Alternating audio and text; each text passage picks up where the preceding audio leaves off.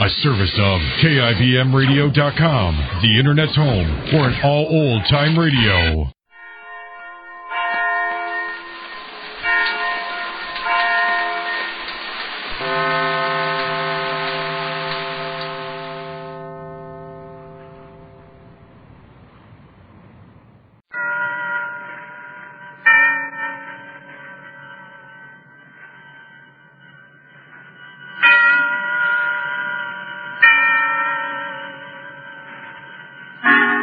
Suspense.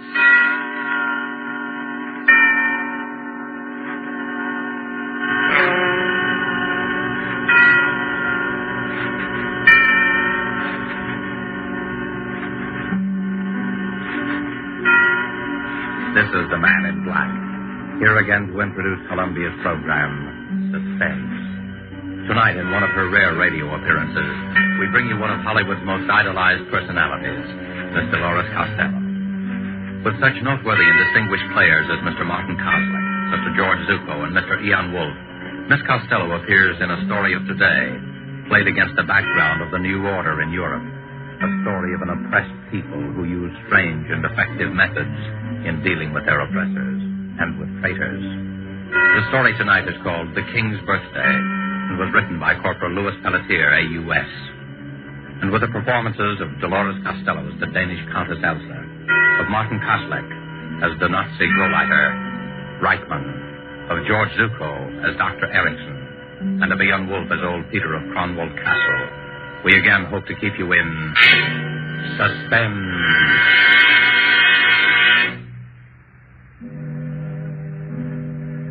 They come to the castle almost every day now, the Gestapo, trying to question me.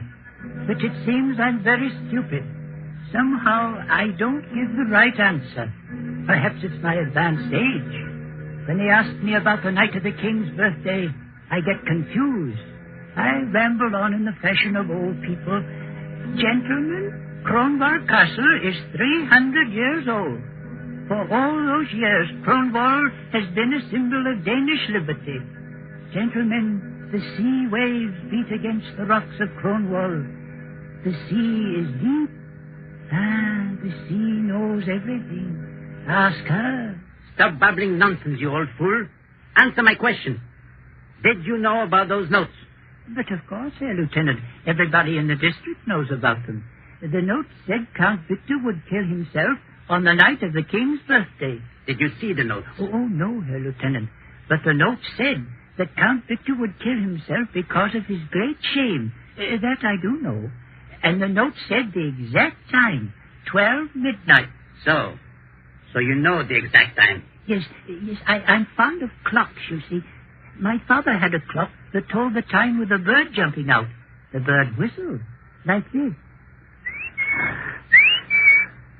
Stop that insane jumping. Yes, Lieutenant.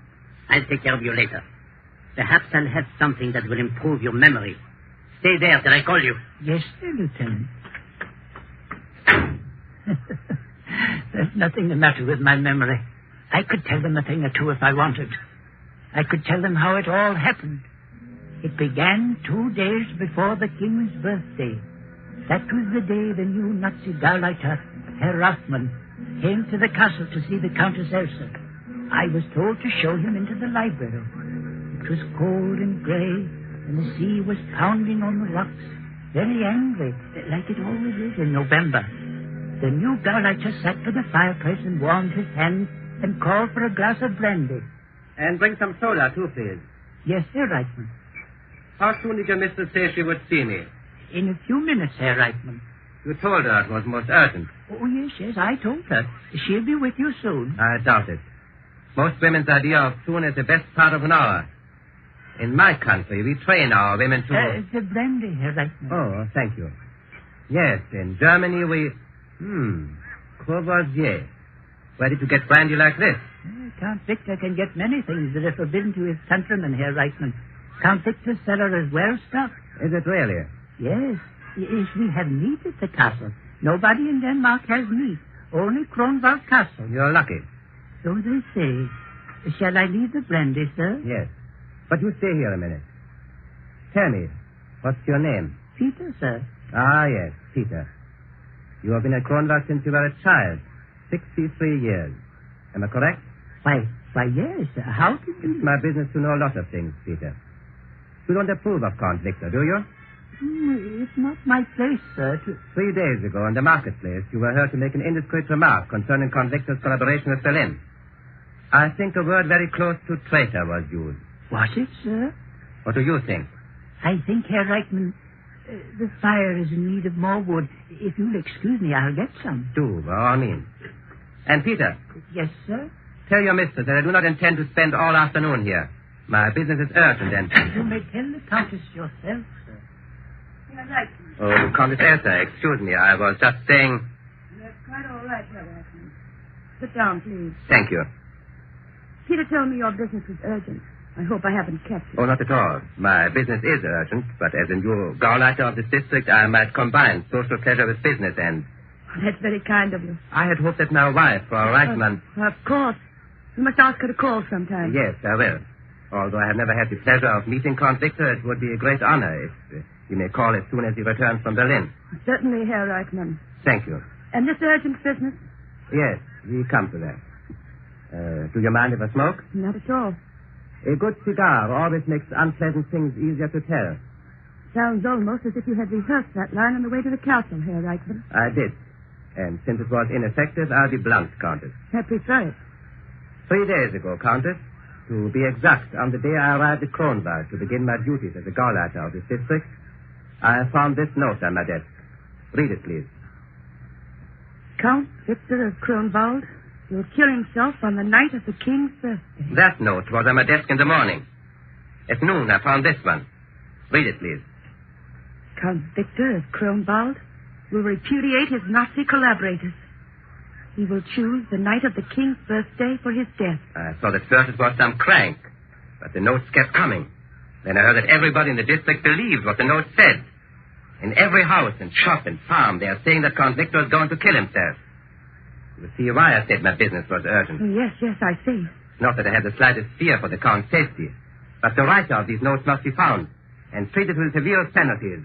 You have no fear for my husband's safety? Of course not. Certainly no anonymous letter writer could force the Count to take his own life. I wonder. What do you mean? You wish me to be frank with you? Naturally. You know my husband is hated by the whole countryside. What of it? People here are too stupid to know what's good for them. Perhaps. But the writer of these notes seems to be a little less than stupid. You think so? If you knew Danish history, Herr Reichman, you might agree. For hundreds of years, the night of the king's birthday has been a special occasion at Kronwald. On that night, the castle renews its pledge of loyalty to the king and to Denmark's freedom. A very theatrical gesture. Quite. But if anyone wished to remind Count Victor... If someone wished to remind the Count that he had chosen our glorious Führer for his leader. Yes. The night of the king's birthday would be, shall we say, the psychologically correct time to do it. You reason well, Countess. I know my countrymen. Evidently. I can see how these notes would inflame their imagination. If Count Victor were to take his own life as a public repudiation of his present political bonds, the whole country would be stirred to its depths. I see. You seem to view the possibility of your husband's death rather calmly, Countess. Like you, Herr Reichman, I have no fear for his safety. I am only presenting the political possibility. Quite so. And since you grasp the full significance of the notes, you understand that I must take certain liberties in order to track down the writer. Liberties? Yes. I shall ask your permission to talk to Dr. Erickson. Oh, Dr. Erickson? I'm told he lives here at the castle. Yes, but... I should like to talk with Dr. Erickson. Oh, as you wish. Peter will show you to the doctor's study. However, my time is short, Countess. I understand Dr. Erickson is one of your country's able psychiatrists. I understand that Dr. Erickson is an authority on mass suggestion. His help should be invaluable.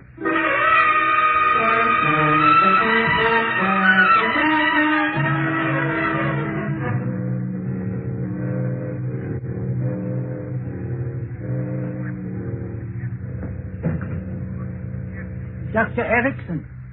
Yes, Peter. Show the gentleman in. Sit down, Herr Reichman. Don't be alarmed about these mice. I'll remove them just as soon as... Herman here get through the maze. Watch him. He's really quite clever. I've been trying him on liver extract and... Ah, he made it. Good night, Herman. Now, off to bed. I've been expecting you, Herr Reichman. Please sit down. Thank you. You've come to see me about the notes. Am I right? Yes, you're right, Doctor. When I first heard about them, I said to myself, the Hugo Leiter will want my theory concerning the type of mind which would be prompted to write such notes. I'll tell you my theory, Herr Reichman. I don't want your theory, Doctor.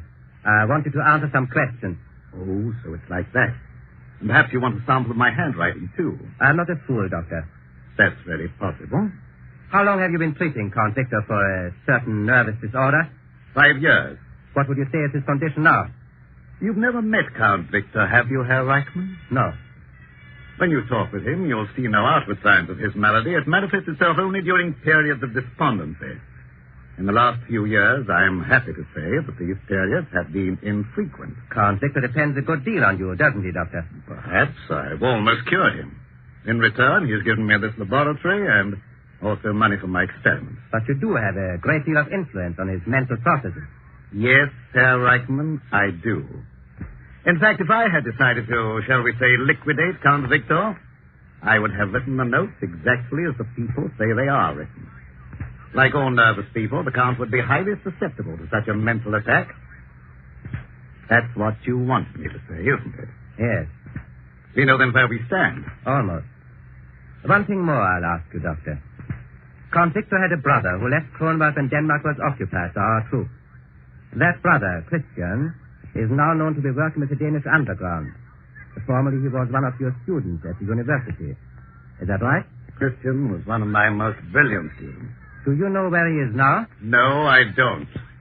And neither does your Gestapo. That's the only thing we share in common. You're a very outspoken man, Doctor. I find it the best form of deception. Do you think it wise to try to deceive the lawful government of your country? Lawful government.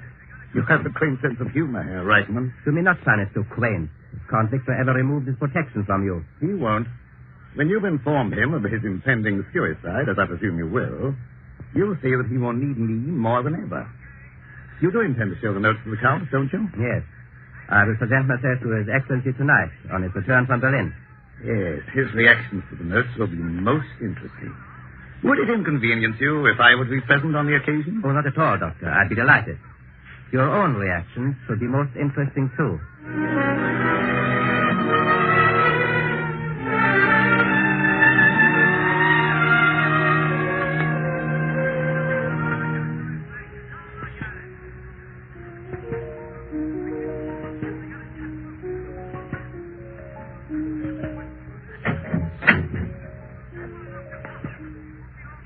Yes, Peter? Count Victor asks that you and Dr. Erickson come into the library now, Countess. Thank you, Peter. Are you ready, Elsa? Just a minute, sir. This is going to be difficult for you. Very. Kurt, Yes? how must I think? How must I discipline my mind? I mean, in thinking of Victor. I don't know, Elsa. To me, Count Victor of Grunwald is no longer a man. He's become a symbol of fascism. The husband you once knew is dead. Yes, that's right. Count Victor is the new order. The man I once knew is dead.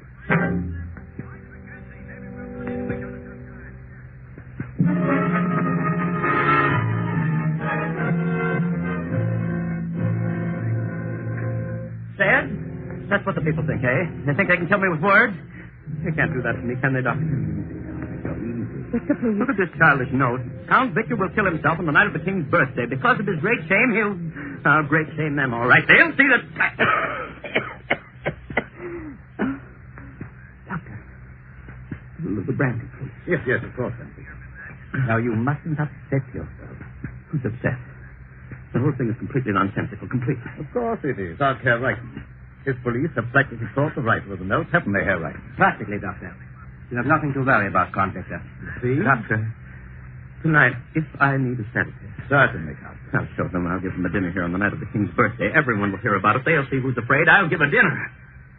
Herr Reichman, will you be my guest at dinner? With pleasure, Count Victor. I'll light up this whole castle like a Christmas tree, and Elsa, you'll wear that gown you wore at the palace, and your jewels. You understand? You'll wear all your jewels. Yes, Victor. Kill me with words, eh? It's words, sir. After I'll give them words. Herr Reichman, I'll make a statement to your newspapers the night of the King's birthday. I'll stuff words down the people's throats. And there's someone in particular who'll read what I have to say. Yes. My brother Christian. I want him especially to read it. Herr Reichman, have you ever seen my brother? No, Count Victor. His picture was in that empty frame up there next to mine. I destroyed his picture. Oh, Victor, you're getting excited. Dr. Erickson. Yes, you're right, Elsa. Sometimes the strain of my work's too much. Dr. Erickson, you'll talk to me for a while before I go to bed, won't you? Of course. Talk to you, Count Victor? Yes. The doctor has a way of calming my nerves. It's slightly hypnotic, isn't that it, Doctor? You might call it that, Count Victor. Count Victor, I strongly advise... No. It's the only thing that helps me. I just go quietly to sleep while the doctor talks. But, Count Victor... Good night, Herr Reichman. I'll expect you here for dinner on the night of the King's birthday. Of course, Count Victor. Elsa? Yes, Victor. Elsa, they can't hurt me with words, can they? No, Victor. They can't hurt me if I don't listen, can they? If I shut my ears, I'll be all right. I'll shut my ears. I won't listen. I won't listen. I won't listen. I won't listen. I won't listen.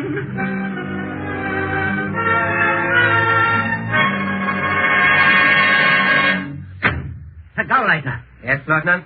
While you were out to lunch... Please tell me. It's another note. Yes, Herr Gauleiter. Where did you find it this time? I hesitate to... Speak up! Speak up! I found it, Herr Gauleiter, in the pocket of my own tunic when I was about to go on duty. Never mind the details. I found one of them under my pillow this morning. Count Victor called me and said there was one delivered with his morning paper. The farmer came in here at 8 o'clock. He found one nailed to his door. Victor, stop, Lieutenant. Yes, Herr Gauleiter. Just as our Führer says. If you tell a lie often enough, everybody believes it. That's true, Herr Gauleiter. Is it? Well, as the Gauleiter says... Do you believe Count Victor will kill himself? Oh, no, Herr Gauleiter. Neither do I. But the Countess was right about one thing. If he did kill himself after all these notes, the effect on the people would be electrifying. You just said that... I am talking about effects, Lieutenant. From what I have seen of the Count, he is too much of a coward to take his own life. But if someone else killed him and made it look like suicide... Yes, it could be done. But how? How? I don't know. There will be 4 of us for dinner. I have ordered 50 guards to patrol the grounds. 4 guards will be stationed in the dining room while we eat. No one can get near the Count. It's impossible to kill him. But in this strange country, you can't even trust the impossible.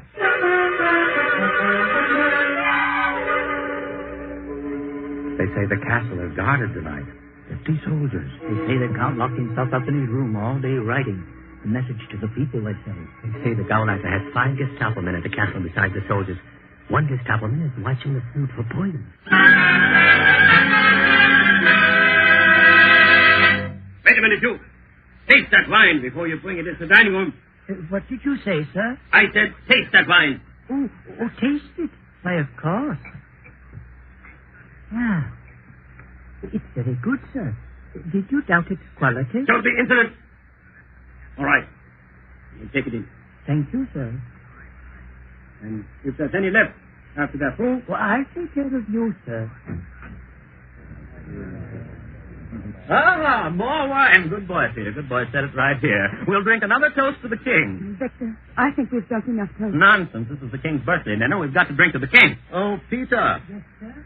Did they make you taste that wine before you brought it in? Yes, doctor, they did. What's this? What's this about tasting wine? A simple precaution of mine, Count Victor. I hope you don't mind. Mine? No, I don't mind, but you don't think that... And now, Victor, you don't get upset. No, sir, for the love of heaven, stop repeating that inane phrase. You've been saying that all through dinner. I'm not upset. Not upset. I just want to know what's going on. What have I got to be upset about? Why, you're more nervous than I am. I can understand the Countess's feelings. This is the first dinner I've ever had with 4 soldiers observing my digestive processes. Don't you think, Harold? I must insist, Doctor, that the soldiers remain. Well, at least ask them to sit down. The fighter. Yes, Herr Gauleiter. Your men may be seated. Thank you, Herr Gauleiter. Sie können euch hinsetzen. And, Peter, go get some wine for the soldiers. Yes, sir. Everyone will have more wine, Peter. We're going to toast the king. What time is it, Doctor? 5 minutes to 12, Count Victor. And I'm still alive. Peter, it's 5 minutes to 12 and I'm still alive. Go get the wine, Peter. Yes, sir. You know, Peter tells me everything they say down at the village. People say I have 5 minutes to live. So, Peter tells you the village gossip. Oh, yeah. Yes, he knows everything. It was Peter who discovered most of the notes and brought them to me. He brought you the notes? Oh, yes. And the last one said, Oh, what did it say? Victor, can't we talk about something else? Why? It's a fascinating subject. Ask the doctor. He and I discussed it for hours. Well, the doctor told me about some sect in the West Indies that disposes of an enemy by simply writing the victim's name on a piece of paper and sending it to him. Same sort of nonsense being tried on me. Isn't that your theory, Doctor? Well, Dr. Erickson, in view of the Count's nervous condition, don't you think... Herr Gauleiter, my private life is my own affair. When you work for the Reich, Count Victor, you have no private life. I repeat, Dr. Erickson, in view of the Count's nervous disorder... As the Count's personal physician, I prescribe my own remedies. To know the truth about occult practices is the best way to guard against them. Surely you don't think that... In Haiti, Herr Reichman, I saw a man die after receiving a note with his name on it. I don't explain it. I tell you a fact. You see? It's possible. It's a fact. So I could be murdered with pen and ink. It could be done in exactly 3 minutes. If my watch is right. 3 minutes to live. Where's Peter with that wine? Oh, Victor, if you will excuse me, I have a headache. You stay here, Elsa. No one leaves this room till midnight. The father. Yes, Herr Gauleiter. Lock the door. Bolt all the windows. Yes, Herr Gauleiter. Two pieces. Yes, that's right. Bolt everything. They won't come in here after me. They won't touch me. Oh, Victor, you're being absurd. I Countess, ask you. I think it's best to comply with Count Victor's wishes. Yes. Humanly, my dear. You'd never forgive yourself if you treated me unkindly during the last 2 minutes of my life. Especially since you wished me dead so many times. Victor. It's the truth, isn't it? Count Vic, 2 minutes to live, Doctor. This is a good time to hear Elsa's confession. If I may say a You word... may not. Well, Elsa. It's the truth, isn't it?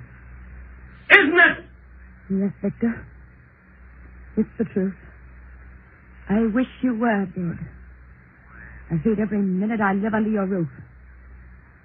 I hate the things you've become. A Nazi puppet. I hate your sniveling, goose-stepping mind. Just as I loathe this fat specimen of the super race you've invited to dinner. The father. Now, let her finish her Gauleiter. Go on, Elsa, go on. I despise you as a man. Your countrymen despise you. Even before the Nazis came, you were planning to sell us out. All that Grunwald has fought for down through the years. All that Danes should be. A proud and free people. You sold all that for a cast-iron Nazi cross. I wish you were dead, Victor. I wish your soul were rotting in the grave that's waiting for all these madmen of Europe. Doctor. Listen. 12 o'clock.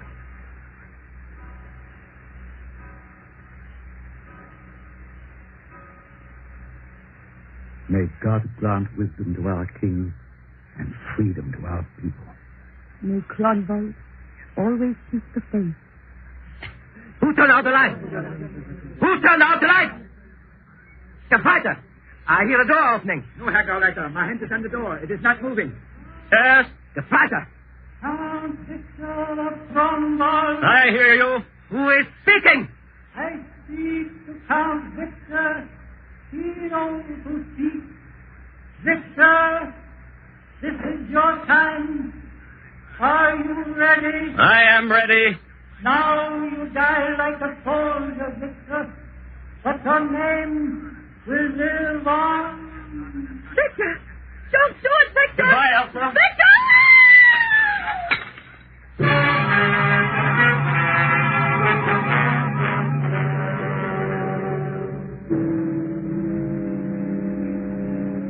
Have they found the body yet? They say the body was washed out to sea.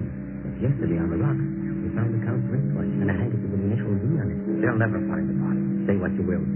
Count Victor was a brave man to take his own life. Yes. He showed those Nazis that Dane could die for honor. You know what the Nazis say? They say someone forced the Count to kill himself. How could you force him? That's what the Nazis say. And listen, they've arrested old Peter. They're trying to make old Peter talk. Peter won't talk. But if he did, I bet he could tell them a thing or two.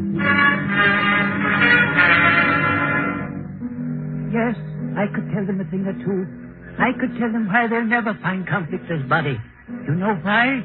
Because Count Victor didn't jump out of the window. How could he? Count Victor was dead 6 days before the king's birthday. No, I didn't kill him. He was shot through the head by his own brother Christian the night he came home unexpectedly from Berlin, 6 days before the king's birthday. Yes, I worked with the underground, and so did the Countess and Dr. Erickson. That's why Christian came here to see us. When the Count returned unexpectedly, Christian decided to try to reason with him. They quarreled and, well, Christian eliminated the slimiest traitor Denmark has ever known. It was then that Dr. Erickson got the idea for the note. Listen, you've got to find. Listen, you Goliath has never seen Count Victor. You'll pose as the Count and you'll stage your suicide.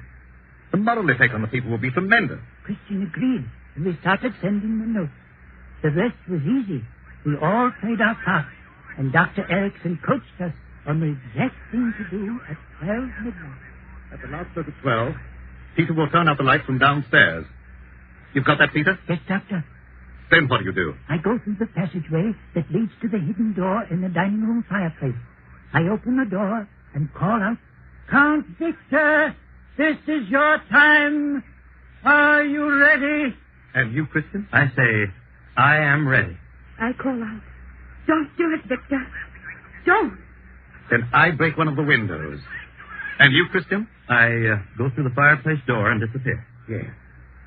And Count Victor of Frondwald has died for his country.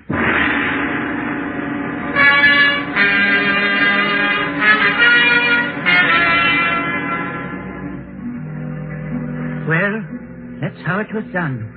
We planned it well, even to the putting of Count Victor's wristwatch and handkerchief on the rock where the Nazis would find them. Presently, the Gauleiter will question me some more.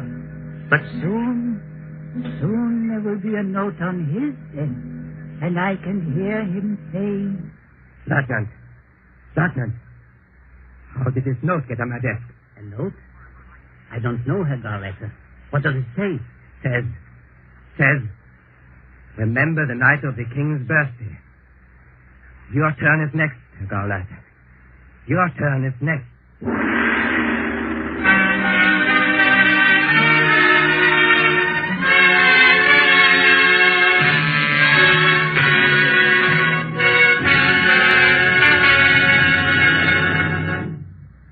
So closes The King's Birthday, starring Dolores Costello with Martin Kozlak, George Zucco, and Ian Wolfe.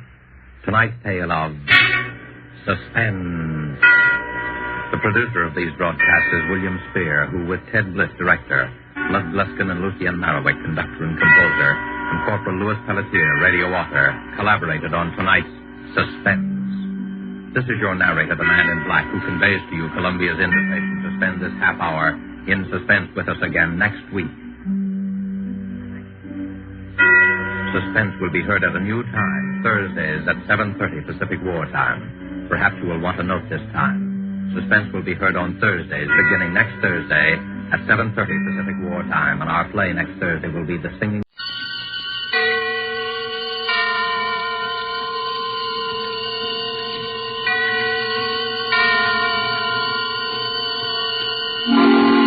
Suspense.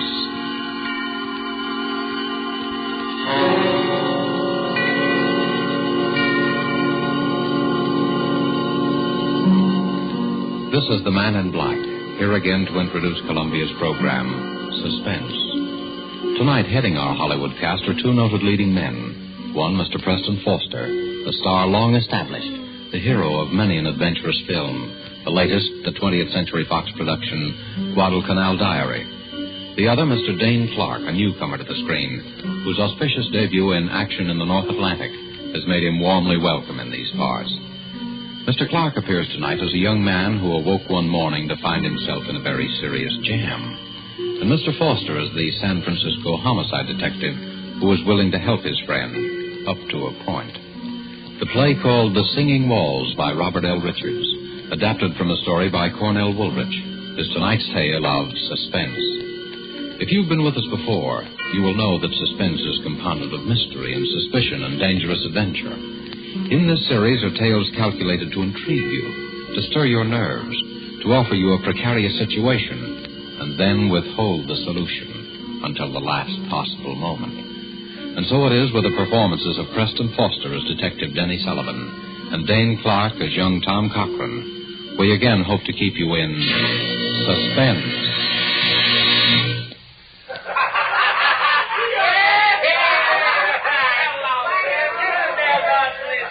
Have another. No, drink it all. There's lots more. So a guy named Joe brought you, huh? You come up here from Joe's place? What's that? Oh, you don't even know where Joe lives, huh? Me? No, I don't know either. I never seen Joe before in my life. How you feeling now, kid, huh?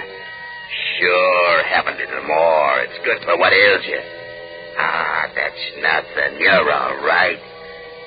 Sure, I know. Let's get out of here. I know a better place.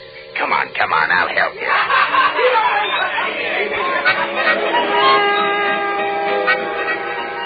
No, that's not a window. It's bricked up. They put a building up right behind this one. That's right. It comes right out of the walls. Singing walls. Yeah. We got hot and cold running water here and singing walls.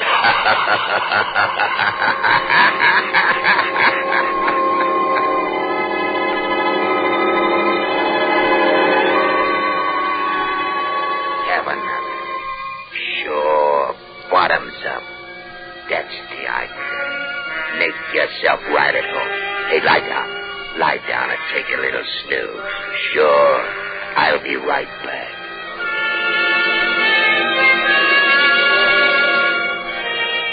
What's the matter? Have a little trouble in here while I was gone? What's blood? Sure, blood. All over your shirt. Oh, him? Oh, he's all right. Just put him in the closet. Lock the door. Like that, see? Now you put the key right in your pocket so you'll know just where to find it. Don't worry. He'll be all right. No, I'm not going anyplace. I'll be back in just a minute. Here. Have another. I'll be back in just a minute. No, let me out. Let me out of here. Tommy. Let me out of here. No. Tommy.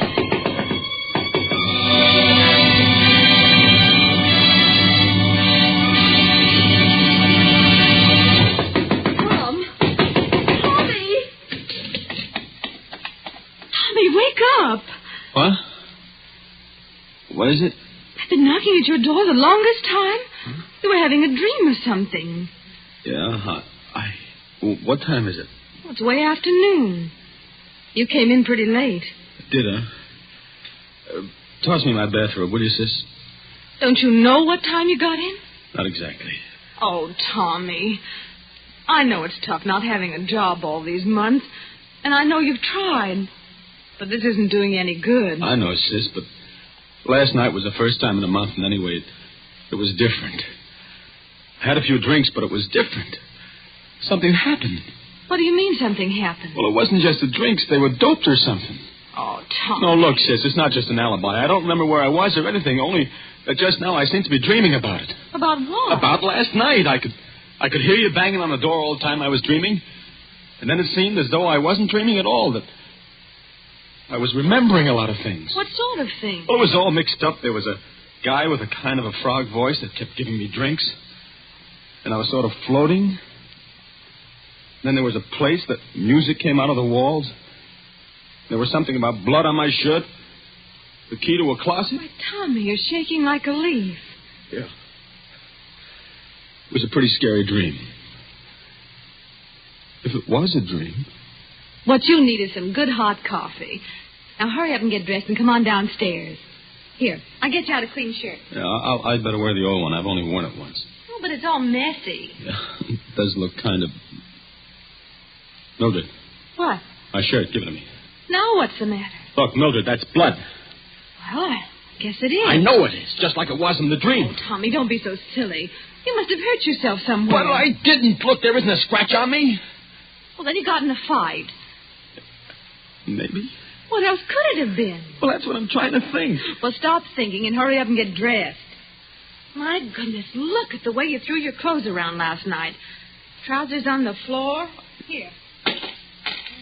Here, everything's falling out of the pockets. I'll pick it up. You get dressed. Thanks. You didn't come home with much, did you? Well, I didn't have much to start with. Well, I'll put it all up here in the bureau. 25 cents in change and your keys. Now, hurry. What'd you say? I said hurry. No. Before that, what'd you say? I said I'd put your change and your keys up in the bureau. Keys? Yes. Mildred, I only have one key. Well, there are two there now. I know. Let me see them. Here. One's the key to the front door. Yeah, but the other one. Doesn't belong to any door in this house. It's the key to the closet. What closet? Last night it wasn't a dream. Tommy, what are you talking about? Mildred, you better call Denny right away. But he's on duty. I know, but get him over here right away. Tommy, what is it? Last night, I think I killed a man.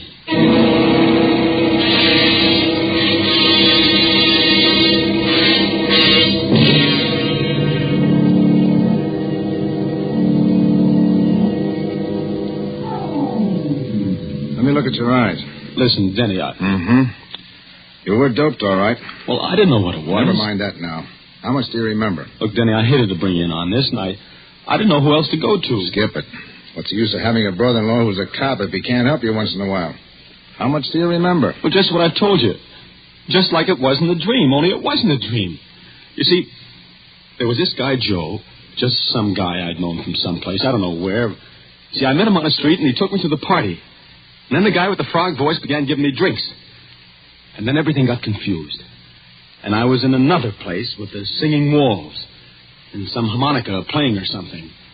I don't even know whether it was in the same apartment even, but that's where the closet was. What about the guy the dead guy? Well, at first he wasn't there, and then he was. He was sort of slumped over in a big armchair. Then Frog Boys put him in the closet. That's what I remember. And then he left. And then I suddenly seemed to realize that the guy in the closet was dead, and that's why I got out of there. I don't know how. You don't have any idea where it was? No, I don't even know where the party was. You'd never seen any of these people before? Except this guy, Joe, who took me to the party. And that's all I know about him, Denny. Just a guy named Joe that I knew by sight from someplace. I don't know where or his last name or anything. Not much to go on, is there, kid? No, not much.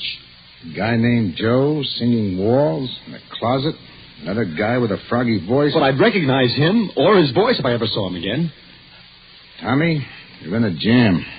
The way it looks right now, there's a dead man in a closet somewhere in this town, and you killed him. Oh, but Denny, Well, maybe you didn't. If we find him before somebody else does, maybe we can figure out what did happen. But the way it stands now, you're it. I know. You haven't got much time, either. If the place is an apartment, they probably would have found the body already, and I'd know about it. It's a hotel. They check the guests out by 6 o'clock. That gives us about 4 hours. 4 hours. For the murderer to find the guy he murdered. It's kind of crazy, isn't it? Tommy, you know how I feel about Mildred. You know I don't exactly hate you either. You know I'll do everything in the world I possibly can to clear you. Sure, Denny, I know. But I'm a cop, Tommy. If you did it, you know I'm going to turn you in, don't you? Sure. I know that, too. Okay, kid. Now, let's start from the beginning. What about this Joe? I don't know anything about him. You know his name, you know his face. Think, Tommy, think. Well, I'm trying to. If I could only remember. If I could only remember.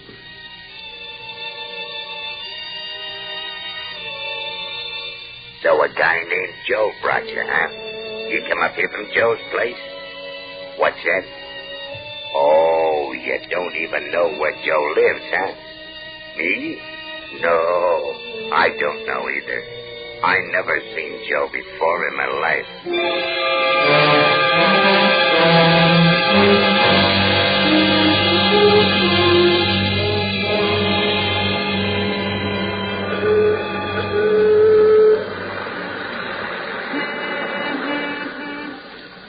still don't get it, Tommy? No, I don't. You told me where Joe is. I have?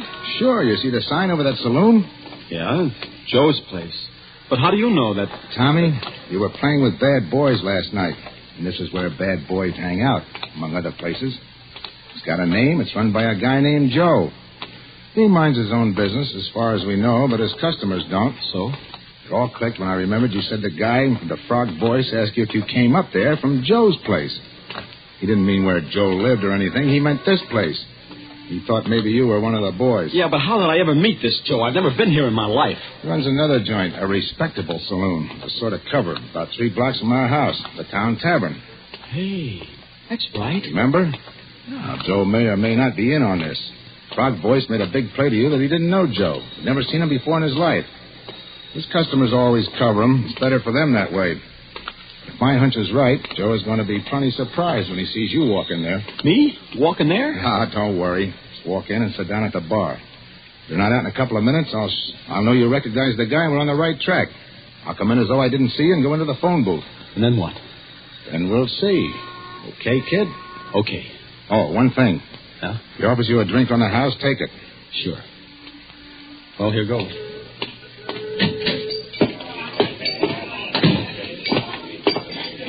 What a big Mac. Here. Well, we got some... It doesn't matter. Suit yourself. Well, what do you know?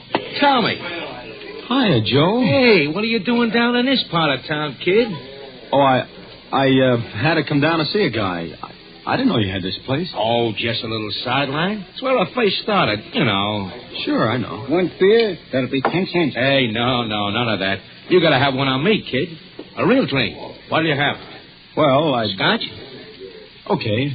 Scotch for the gentleman, Larry. The very best. You understand? Oh, yeah, sure. I'll take rye. Hey, Tommy. That was some party last night, huh? What? Yeah. Hey, where'd you disappear to? I was looking all over for you. You know, that's a funny thing. I don't even remember. I get it. Well, a guy has to cut loose once in a while, huh? Yeah, one Scotch, the very best. And one rye. Well, here's to you. Wait a minute. Hey, who are you? This is my brother-in-law. Denny, this is Joe. Say, you must have got those drinks mixed up. You never drink Scotch, Tommy. You only drink rye. Yeah, that's right. Here, you take the rye and give Joe the Scotch, and I'll take your beer. And I don't like Scotch. I never touch it. Okay, I'll take it. Thanks. By the way, Joe, you haven't got a little bottle I could pour this into, have you? Say, who do you think you're kidding, bud? I'm from headquarters. There's my badge. Oh, now, wait a minute. I didn't know that you... I suppose you don't know what I'd find in this drink if I took it down to be analyzed either. Hey, now, look, I don't want any trouble. I never had any. They can tell you down at headquarters. Of course, it's a matter of dough. You can't buy your way out of this one, chum. I want talk, and I want it quick. What kind of talk? Where'd you take Tommy last night? It was just a little party, a private party. Yeah, and they slip things in people's drinks there, too. No, I don't know anything about that. Now, honest, I hardly know the people. Who's the guy with the frog voice? Voice? I don't know any guy with a frog voice. Now, look, I told you I don't want any trouble. They can tell you that down at headquarters. Listen, there's a narcotics rap in this for somebody, and it could be you. Where was the party? Courtney Square West, number 75. Some people named Sorrell. Come on, Tommy. You're coming too, Joe, just in case.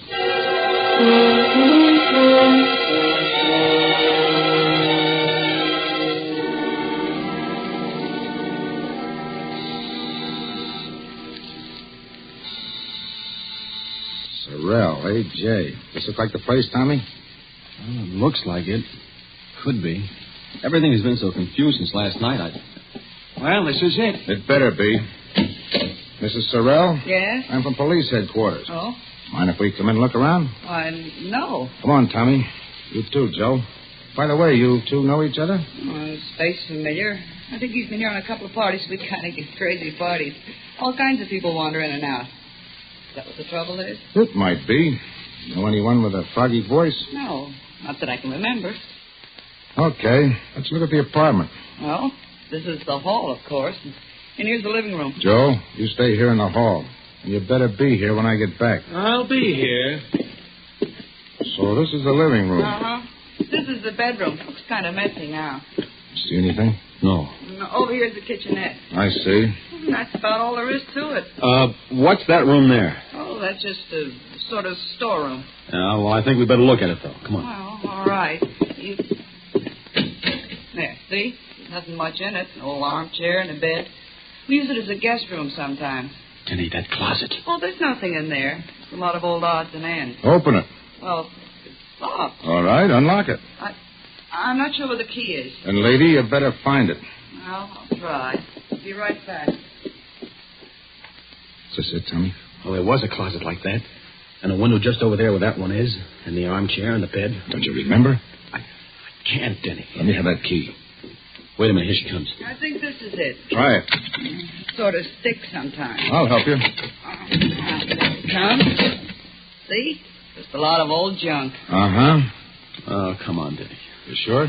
Sure, I'm sure. Come on. Well, I guess that's all, Mr. Sorrell. Thanks for showing us around. That's all right. Hello, Joe. Still here, huh? You don't mind if I stay here and visit a while, do you? No, I guess not. Well, goodbye. Bye. Thanks again. Well, goodbye and good luck, Copper. I'm sorry, Denny. Well, it was a try. Well, what do we do now? I don't know, Tommy. I don't know. Think, Tommy. Think. We found Joe. Now, what about those singing walls?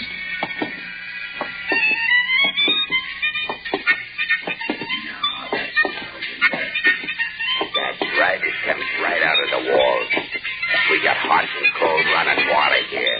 And singing walls.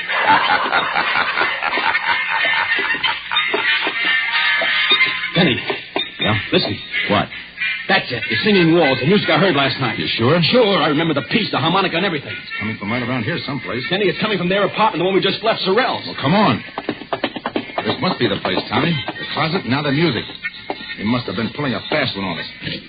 Well? All right, quit stalling. Come on, Tommy. Stalling? You heard me. You two brushed us off pretty slick, didn't you? Hey, now listen, I told you I don't know anything about this, but if you... Where's the music coming from? Well, from the radio. The radio? Yes, I turned it on in the kitchen just now when I started to fix dinner. It's a little portable. Here, see? Okay. Oh, yes. What did you mean by... Skip it.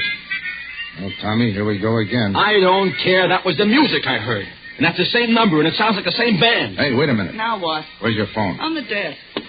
Tommy, look and see what station that's coming over. All right. WBTA, the local station. Thanks. Hello? Operator? Get me station WBTA.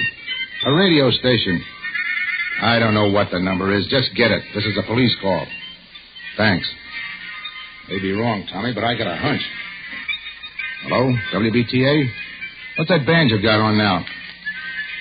I don't care if it's an electrical transcription or a Mickey Mouse cartoon. What's the guy's name? What? Turn off that radio. Now, what was that guy's name? Yeah. Mm-hmm. Well, where can we get a hold of this guy? Where does he hang out? I see. 5 nights a week, huh? That include the night? Thanks. It's a small-time band leader, Tom. Harmonica Hal and his Harmoneers, he calls himself, and he plays at a place called the Silver Slipper out in the concourse. Come on. Coming. You better get on that phone, Joe. You dumb, you would have to turn on that radio.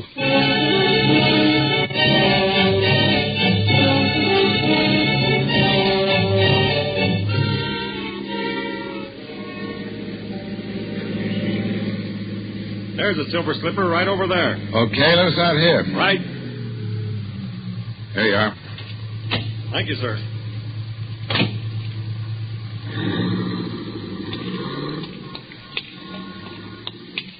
Look familiar to you around here, Tommy?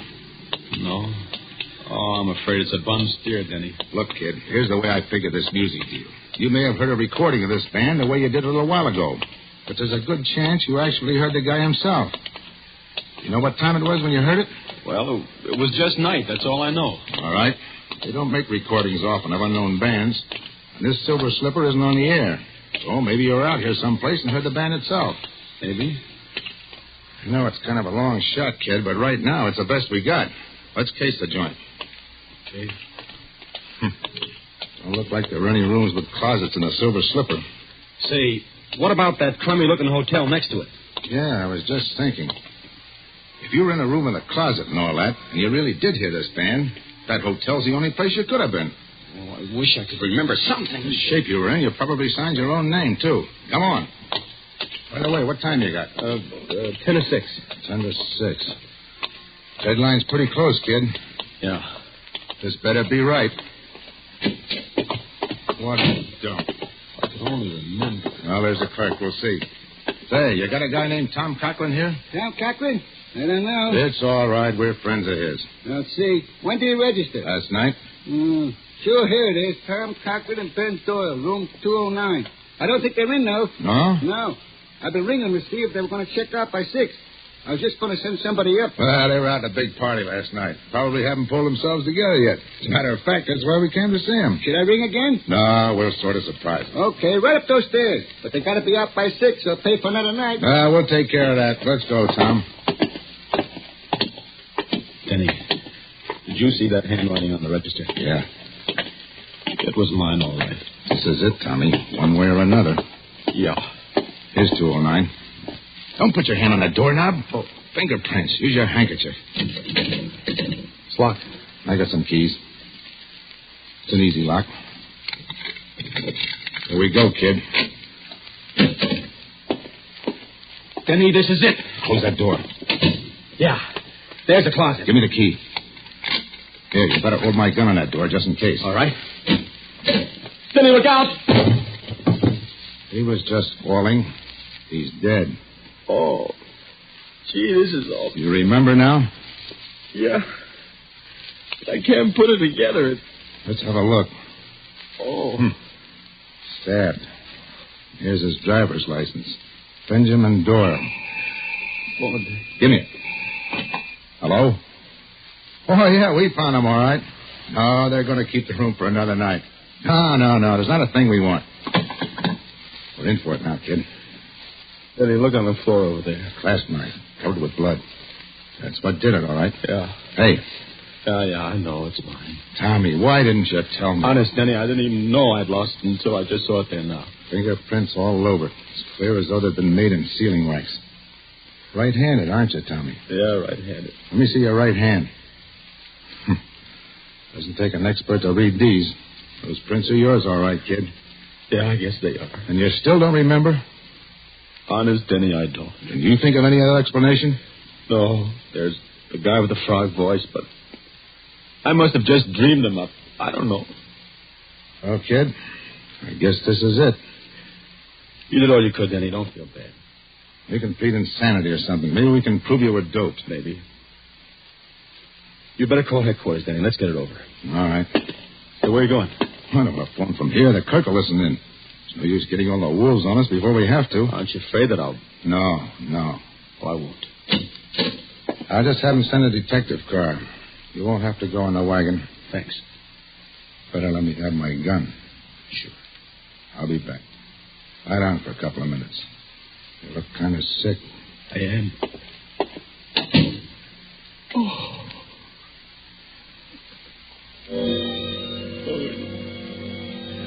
That's the idea. Take a little snooze. I won't be gone long. Get a little sleep. Do you good.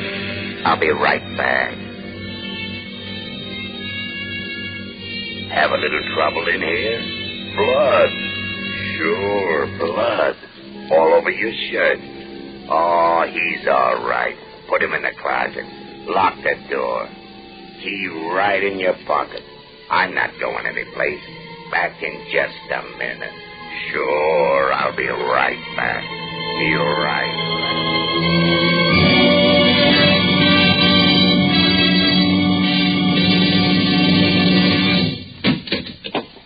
Here he is. You? Yeah, me. Hey, what are you going to do with him, Froggy? Get him in the other room until his copper friend misses him and starts looking. Now, listen, I don't want to be in anything like this. Shut up. You're in it up to your neck. Come on, you. Get up. Okay. Get going. Up the hall here. Open the other door, Joe. Sure. Get in there. That's the guy, Frog? Yeah. Listen, Froggy, this don't look so good. There was people who knew you were getting ready to give it to Doyle and... Sure. That's why I framed this guy. All the trouble I went to. Doped him and brought Doyle in there when he was out. planted the key on him, bloodied him up, put the knife in his hand. I still don't see how he ever came to in time. Yeah, but he did. So what? We frame him again. Music? You like music, don't you? You're pretty sweet about music, ain't you? Well, for your information, that's harmonica hell rehearsing for the night. And in this room, it comes through the window. On account of there is a window. But in the other room, it comes through the walls. On account of there ain't no window. Catch on? Better close the window, Joe. No, wait a minute. Yeah, I do like music. Do you mind if a guy in a spot like I am hears a little music? What about it, Froggy? Sure. Leave it up. And let's have music while we work. It'll cover up the noise if he makes any fuss. So what's the new angle? Knock him out. Dump him in the park. Dead by his own hand. Remorse. Ah. We leave the gun beside him and plant some of Doyle's stuff on him. Yeah, I got it. All right, get going. Tie him up. Right. Yeah. Put a handkerchief in his mouth. Yeah. Put a cord around him. He's drunk, see? And we're taking care of him. Okay. Where's the car? Round him back. Nobody will see us going out that way. All right. You ready? Just a minute. All right, take a look. Okay. All right. Take a look out the door. Okay. All clear? Yeah. Let's go. Lock the door after we go on. Okay. Down the hall to the back stairs. Hey, what the... All right, drop those guns and cover him, you guys. I got him. What is this? You'll find out, Graziano. Get that gag out of the guy's mouth and untie him, Mike. Sure. Denny, I heard the music. I hoped you would. I asked him to leave the window open. I heard the conversation, too. Enough. Okay, boys, take him down. All right, come on.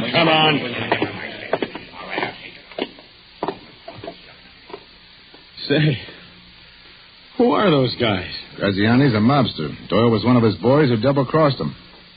How you feeling? Okay, I guess. That was kind of close. Yeah, all the way around. Yeah. Look, kid, Skip it, Denny. I'm sorry, Tommy. Honest. I thought you did it. Denny, until just now, so did I.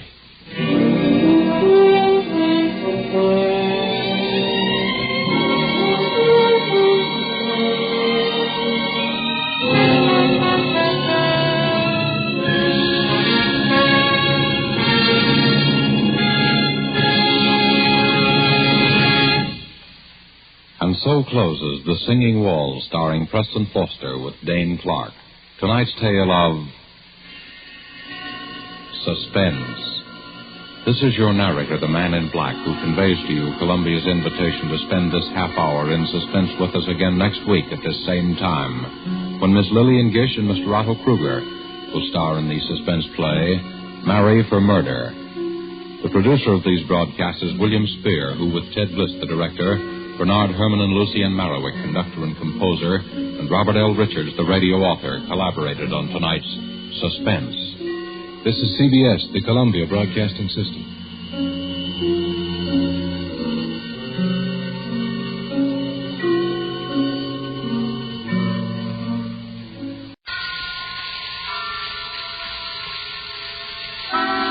Suspense.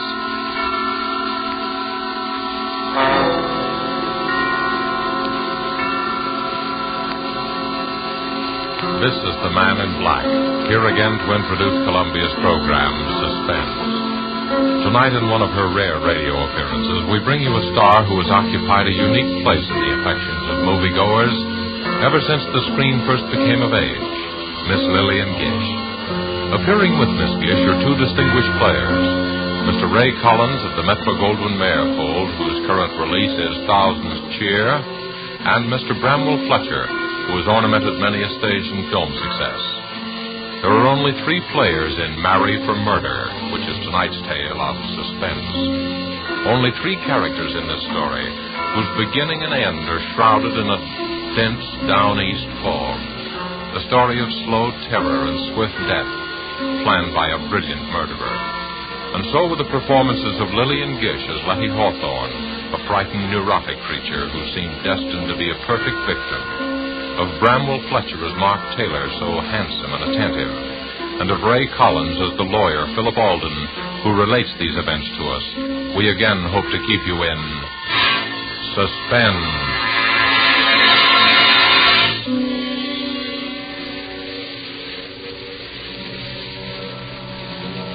I used to love the sound of foghorns on the bay, especially at night when I sat before the fire, let their lonely wail weave a contrast between my snug comfort and the gray immensity outside. But I've lost my taste for them now.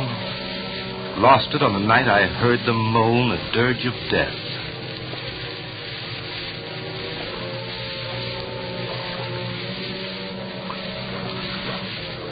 It's hard enough to lose a friend. But to lose one as I lost Letty Hawthorne is the kind of blow you'll never quite forget. I remember the first time I met her. It fogged up all of a sudden, as it does here on the Cape. But Ann Wentworth held her Sunday night supper as usual. Letty was the only stranger there, a newcomer to the Cape. I looked at her and thought she'd be an attractive woman if she only didn't flutter so much.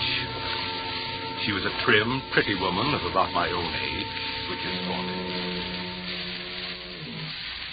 You're Philip Alden, the lawyer, aren't you? Oh, what a pleasure to meet so many nice people. There go those foghorns again. Yes. Does one really get used to them in time? Well, I love the Cape, but I can hardly bear that sound. So depressing, isn't it? So morbid. Well, to your first question, yes, I'm Alden, an attorney. As for the foghorns, well, if you stay with us for a few years, you won't be able to live without them, Mrs. Hawthorne. It is Mrs. Hawthorne, isn't it? Mm-hmm. Anne never gets around to introducing people. It's her only form. Oh, I never stand on ceremony. That's my fault if you consider it one. Besides, I knew you at once, you see, and you knew me. Don't you think that's a promising beginning? I never thought of it that way.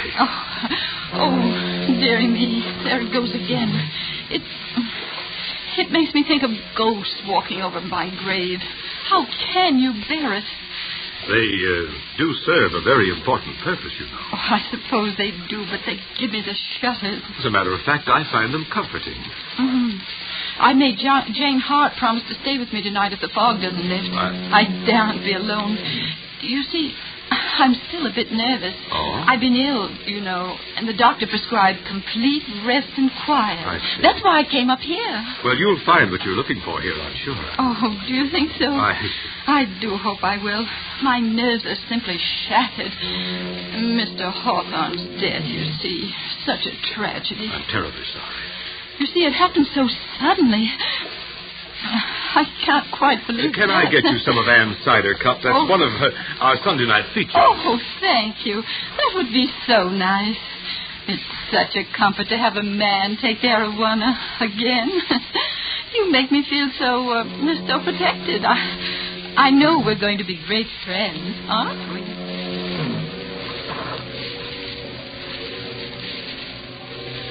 I can tell you I worried a bit for a while after that first party. Letty Hawthorne was a charming woman, a bit fluttery, as I said, but still attractive and rather pathetic. I was afraid she was setting her cap for me. You see, I'm a crusty old bachelor, but even my friends were beginning to wonder. So it was with mingled relief and regret that I learned one day that Letty Hawthorne had transferred her attentions to another newcomer to the Cape, Mark Taylor. He was 8 or 10 years younger than she, a handsome fellow, but somewhat dissolute looking. I didn't like him. I may as well admit that from the start. But short of marrying her myself, there wasn't much I could do. Anyway, they seemed happy enough. At first. One day after the wedding, Letty called me on a matter of business. I went down there after sundown. The three of us sat out on the beach in front of her cottage.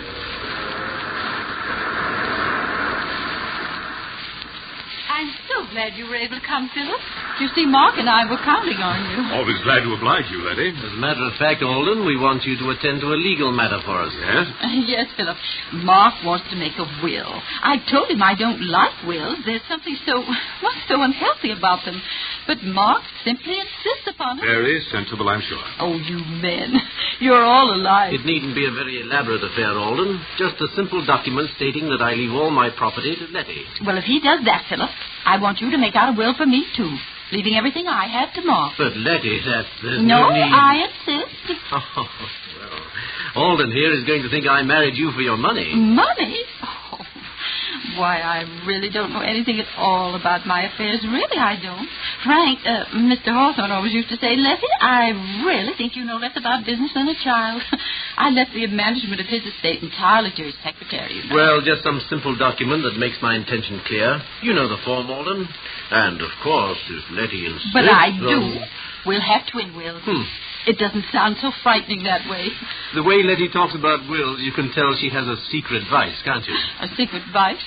My wife's a murder mystery fan, Alden. I didn't find out until it was too late. Oh, Mark, you silly. When you say that, Taylor, smile. I'm a detective fan myself. It's a busman's holiday, of course, but I always read the latest whodunits. If my father hadn't insisted that I follow in his footsteps, I'd have been a detective instead of a lawyer. Really? How interesting. Tell us, Philip, do you ever get any cases like the ones we read about? Well, if you want my opinion, the chief difference between fact and fiction is that the author of a novel wants you to see the pattern and the author of a murder tries to hide it. Well, what do you mean by that? Well, take your case, for example. You and Letty are making out your wills. I heard her say that she wanted to leave her money to you. But how do I know the idea just sprang into her head of its own accord? How do I know that you didn't plant it there? Plant it? What do you mean? Why, what possible reason could I have? Well, as things stand now, there's no reason for me to ask if you planted the idea in her head. But if Letty were found dead... Dead? Oh, Philip, how dreadful. How can you even think such thoughts? Mark, darling, how terrible for you. Philip, you're to apologize this minute. No, Letty. Philip was just trying to explain. Well, I won't have him talking about such horrible things. Of course, I didn't mean you to. I was just using you as an example. Well, I didn't mean to be rude, Philip, but, well, you know my nerves, and it's getting dark. Oh, the bay is beautiful at night, of course, but I've always been afraid of the water. That's why I've had such a time persuading her to come out for a sail. The Artemis has been tied up all summer waiting. It's just silly, I know, and I will go with you, Mark. But let's wait for a calm day. You know, Letty's idea of a sail is to sit becalmed half a mile offshore. My wife has perfect confidence in me, you see. Oh, Mark, it isn't that. You're making fun of me, aren't you? Of course, I trust you completely, but, well, I'm not very athletic. You're missing one of the treats of the Cape if you don't sail. But I shall. Of course I shall, and soon. And what's more, I'm going to get Mark to teach me to handle the Artemis. Well, I'll be looking forward to seeing your sails on the bay, then. Oh, Mark, a storm. I better be getting home before it breaks. Are you sure you'll be all right? Oh, I'm simply terrified of thunder. Wouldn't you rather stop with us? Oh, I can make it to town. Stop by tomorrow, won't you, Alden? Or as soon as you have those papers. Right. Now, you won't be nervous after our talk of wills and murders. But of course you won't. I'm such a coward myself that I can never understand how other people can be so brave. You know, Philip, Letty's helplessness is one of her chief charms. Sometimes I suspect she exaggerates it just to make me feel important. Oh, Mark, you mustn't. Giving all my secrets away. Well, don't worry about me or the wills, Letty. Someday you will frighten yourself to death.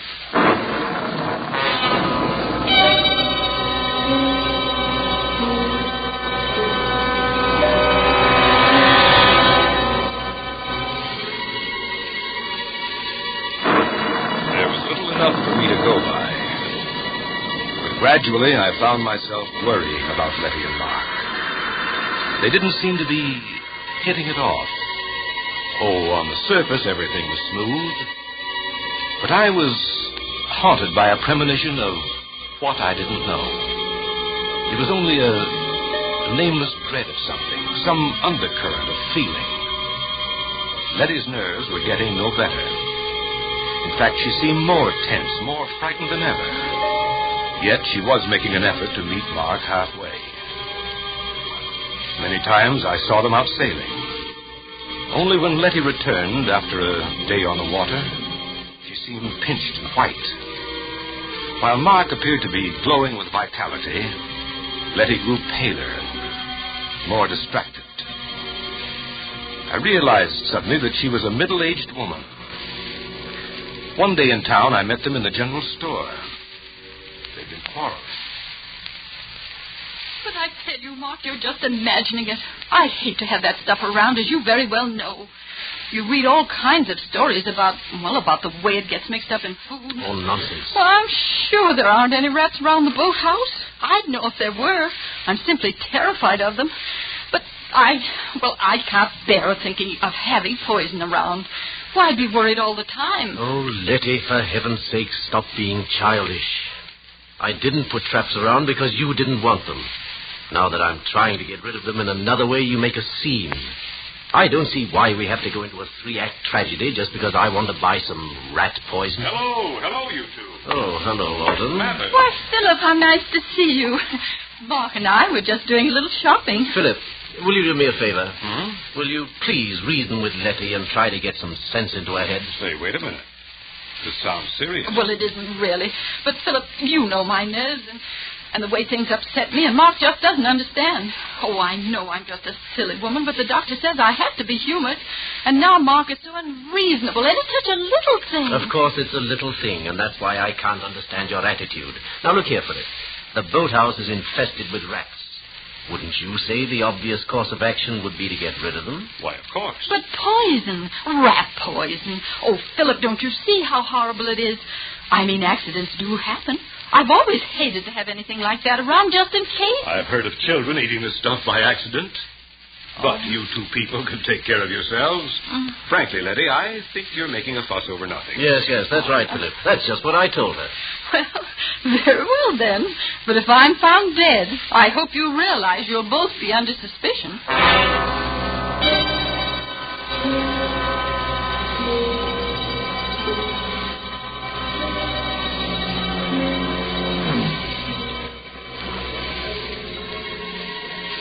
Seemed a foolish quarrel at the time. Yet when I left them, I kept hearing Letty's voice. Very well, then. But if I'm found dead. Very well, then. But if I'm found dead. Very well, then. But if I'm found dead. Suddenly, a monstrous idea occurred to me. I wondered if Letty had been trying to warn me. And then the horrible suspicion broke. All the trifling things began to add up. Letty's nervousness, her fear of sailing with Mark, her terror of having the poison in the house. But why? Why should she be afraid of Mark? What motive had he? And then I knew. I had helped to give him the motive when I drew up Letty's will. Yet my whole case was founded on thin air. Figment of a nervous imagination. I had to be sure. I had to keep an eye on them. I found myself making excuses. Excuses to drop by at the cottage. Where is it, Letty? Who's there? It's Philip. Oh, Philip. Well. Hello? You're almost getting to be a member of the family. Well, I just thought I'd ask you to help me eat the first bluefish of the season. There's too much here for an old bachelor like me. Why, Philip Alden, if you aren't the most thoughtful person, how perfectly sweet of you. Of course you'll stay to dinner. We'll have a real feast. Yes. You might as well stay as long as you're here. Well, thank you. If you're sure I won't be intruding. Intruding? Why, of course not. And you can help me get the dinner ready. Well, I'd be glad to, but won't I be in Anna's way? Anna's gone. Oh. Why, I thought you were well satisfied with her. So we were, Philip. But Anna didn't seem to be satisfied with us. In fact, they've all gone. Oh? Yes. Anna and Elsie and Otto, the handyman. They just walked out and left us. For heaven's sake. Since the ship and engine place opened on the heights, nobody can keep a servant. Can't blame them myself. I wonder. I don't believe Anna'd take a job at the ship and engine. Anyhow, it does seem strange they all went at once, doesn't it? Letty, I do wish you'd stop dramatizing everything. Ship and engine just opened, and the call went out for help. I don't see any mystery in the servants answering. In fact, it's their patriotic duty. And it's our patriotic duty to get along without them. But it's so lonely here, especially at night. Now, Letty, you're not living here by yourself, you know.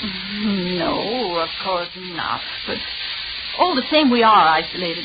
Just the two of us. And you know how tricky my nerves are. I always feel so much better if the servants are around. After all, If anything were to happen, and anything might happen... Letty, this isn't getting us any closer to our dinner. Oh, of course. Now, you boys wear these aprons. Oh. Philip, since it's your fish, you may have the honor of cooking it. All right, you asked for it. It'll be your funeral. Now, Philip, Ma, you hold the berries for the dessert. I'll do the vegetables and set the table.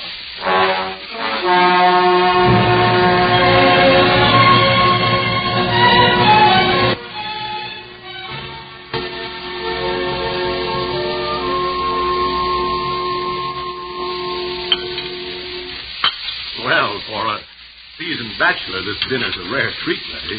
Oh, I'm so glad you enjoyed it, Philip. Oh, I don't deserve the credit. That bluefish was simply delicious. How did you manage to catch it all by yourself? I always think men are so wonderful. Well, I'll be glad to take you both the next time I go fishing. It's good fun. Fresh air would be good for you, Letty. Oh, no, I couldn't. Well, I'm still just a wee bit nervous about the water. So I tried terribly hard, haven't I, Ma? Yes. I'll be good about the sailing. But you know I'm learning to manage the Artemis all by myself, aren't I, Ma? I don't write my name in the wake anymore, do I? Yes, Letty's a real hand at the tiller. She'll be a better sailor than I am, so only dream.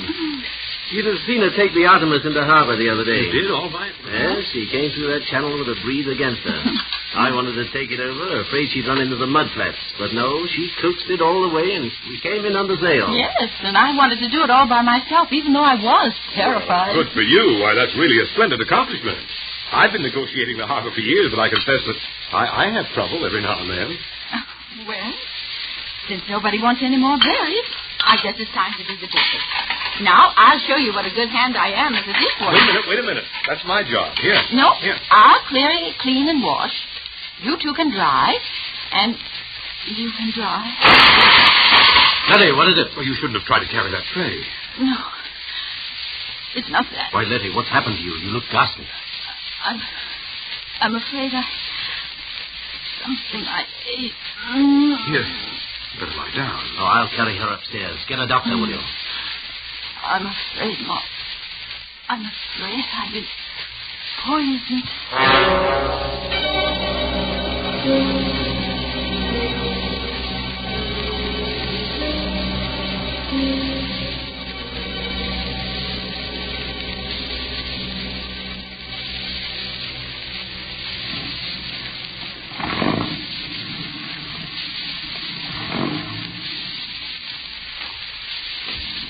But great heavens, Philip, I just can't believe it. Arsenic, poisoning? Do you think Dr. Potter knows what he's talking about? I'm sure he does. Of course, we can't be sure till the tests are made, but I don't see. I don't understand. It's not very hard to understand. Letty ate arsenic. How or where she got it, we don't know, but it's not difficult to guess. But we all ate the same meal, you and I and she. Why, good Lord, Philip. Do you think we're poisoned, too? I feel perfectly all right. You appear to be comfortable. I think we'd feel it by now. But then how on earth Let's be perfectly logical about it. We all ate the bluefish. Yes. I prepared it. We all had potatoes and string beans. Letty cooked those. Yes. Then we all ate strawberries. You prepared them. Why, now, the fish and the vegetables were all served in large platters, and each one of us helped ourselves. Therefore, if any poison were in the food, we'd all be sick. But the strawberries, Mark. See here, Alden, are you suggesting... Wait a minute. We're just following this through logically. The strawberries were put on the table in separate dishes. The poison could have been slipped into Letty's plate in the kitchen. Alden, you have no right to accuse me of this. Why, you're fixing up a case against me. I'm doing nothing of the sort. In any event, I think you might worry less about your own skin and more about Letty. Thanks. I think I can take care of my own wife. Nevertheless, I suggest you get someone to help you. I'm perfectly well able to nurse her myself. If I were you, I'd have someone else as well. I'll send Mrs. Halstead over from town. She's an experienced, practical nurse. What I've always appreciated about you, Philip, is the way you mind your own business. I'll be going now. Mrs. Halstead will be along as soon as I can get her.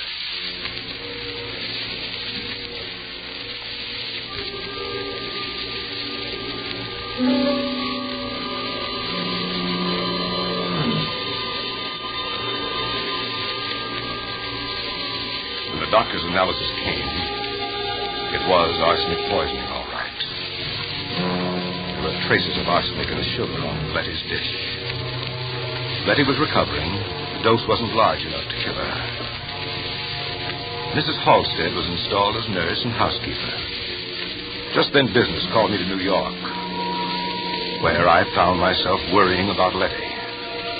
I couldn't get her out of my mind. Very well, then. But if I'm found dead... I was bothered by a few loose ends in Letty's problem. The sort of questions that would occur to a legal mind.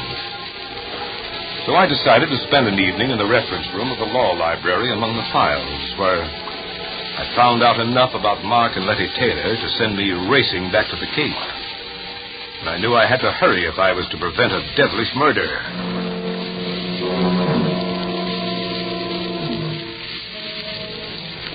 It was one of those dull gray afternoons when I arrived at the station. The fog was so thick over the bay that it seemed to cloud the whole town. Cold fear gripped me. Letty and Mark, I learned, had left at dawn for a weekend sail. I could picture them. Murderer and victim, shrouded in the gray veils of the fog, drifting, waiting, while the foghorns called a hoarse warning of murder. So, I was too late. The trap was sprung. With my newly gained insight into the affairs of Letty and Mark, I could have averted the tragedy, but I was too late. Or was I? If only they hadn't really left for that sail. I took the chance. Feeling my way along the Cape Road, I reached the Taylor cottage. Nobody was there. Then I heard noises in the boathouse. I crept down the slope and listened.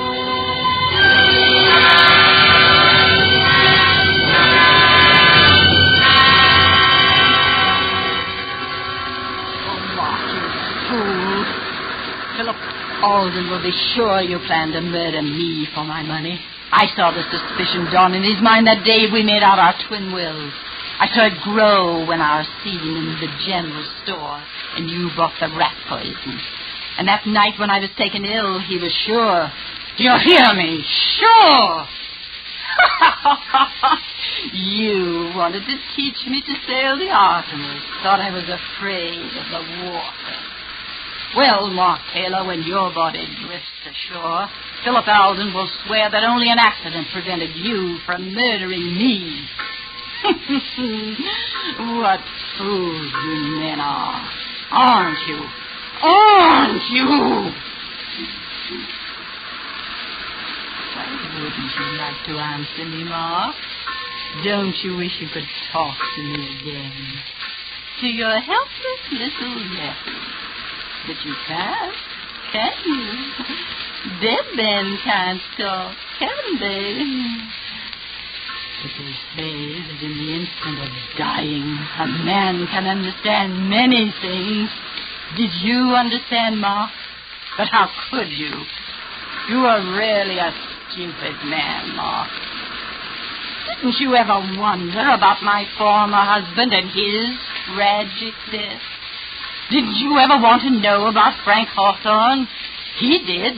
At the very end, he wondered about his predecessor, George Martin. Strange how both died in a yachting accident, isn't it? Frank died off the coast of California, and George was drowned in the Gulf of Mexico. And now you, Mark, your body will be found someplace along the Cape here, I suppose. Oh, what bad luck I've had with my husband.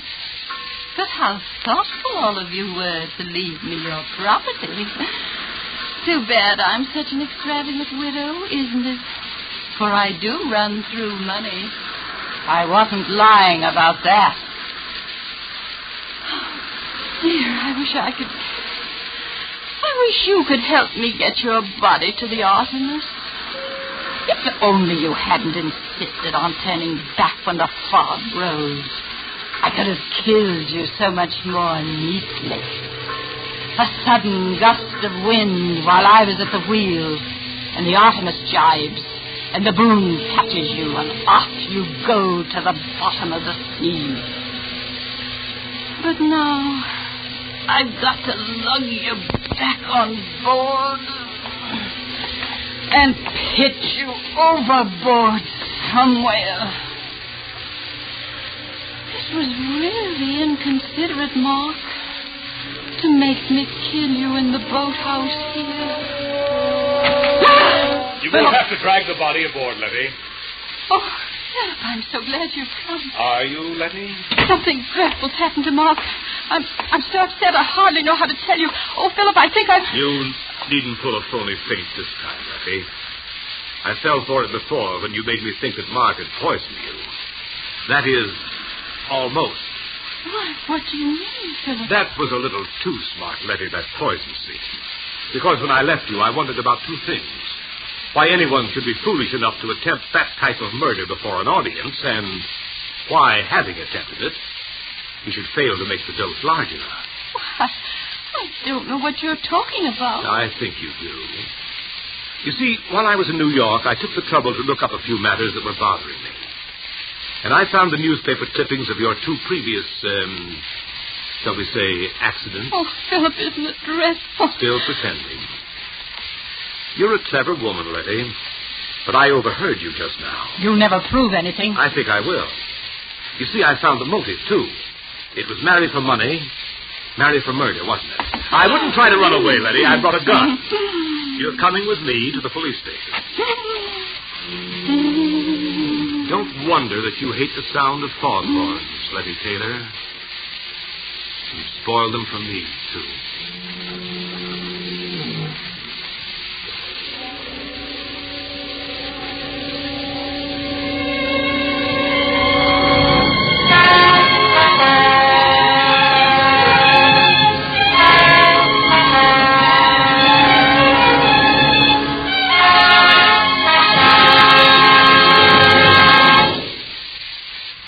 And so closes Marry for Murder, starring Lillian Gish with Ray Collins and Bramwell Fletcher.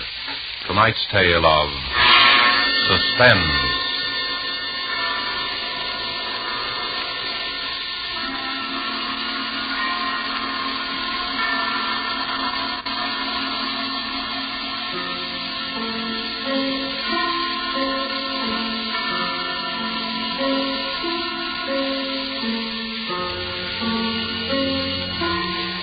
This is your narrator, the man in black, who conveys to you Columbia's invitation to spend this half hour in suspense with us again next week, same time, when Virginia Bruce and John Loder will star in the Dorothy B. Hughes suspense thriller, The Cross-Eyed Bear.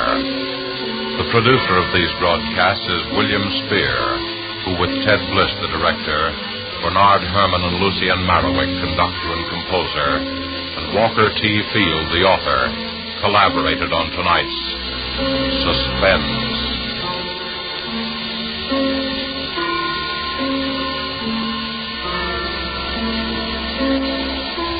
This is CBS, the Columbia Broadcasting System.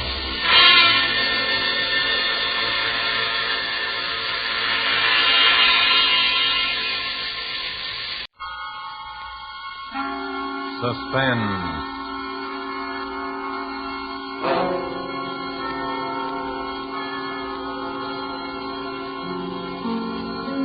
This is the Man in Black, here again to introduce Columbia's program, Suspense. Tonight, our stars from Hollywood are Miss Virginia Bruce and Mr. John Loder. Miss Bruce appears as a beautiful and adventurous young lady who went in search of the bright face of danger and risked her life while finding it. Mr. Loder's role is that of the smooth and charming gentleman who granted her employment in a perilous enterprise.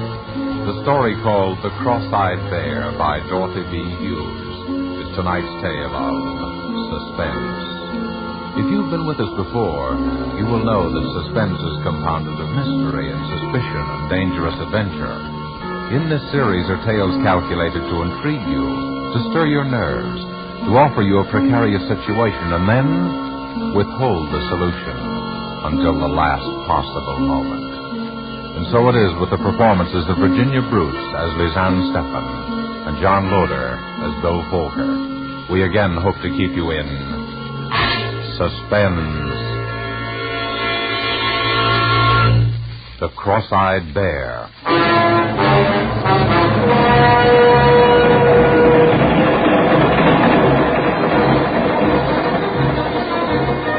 Subway train, Midtown New York. A tall blonde girl reading an item in her newspaper. Reading it over and over. An advertisement. A personal advertisement. Wanted. A beautiful girl. No special training required, but must not be afraid to look upon the bright face of danger. Full wardrobe and liberal expenses, good salary. Apply in person, room 1000, the Lorenzo Hotel, East 51st Street. 51st Street.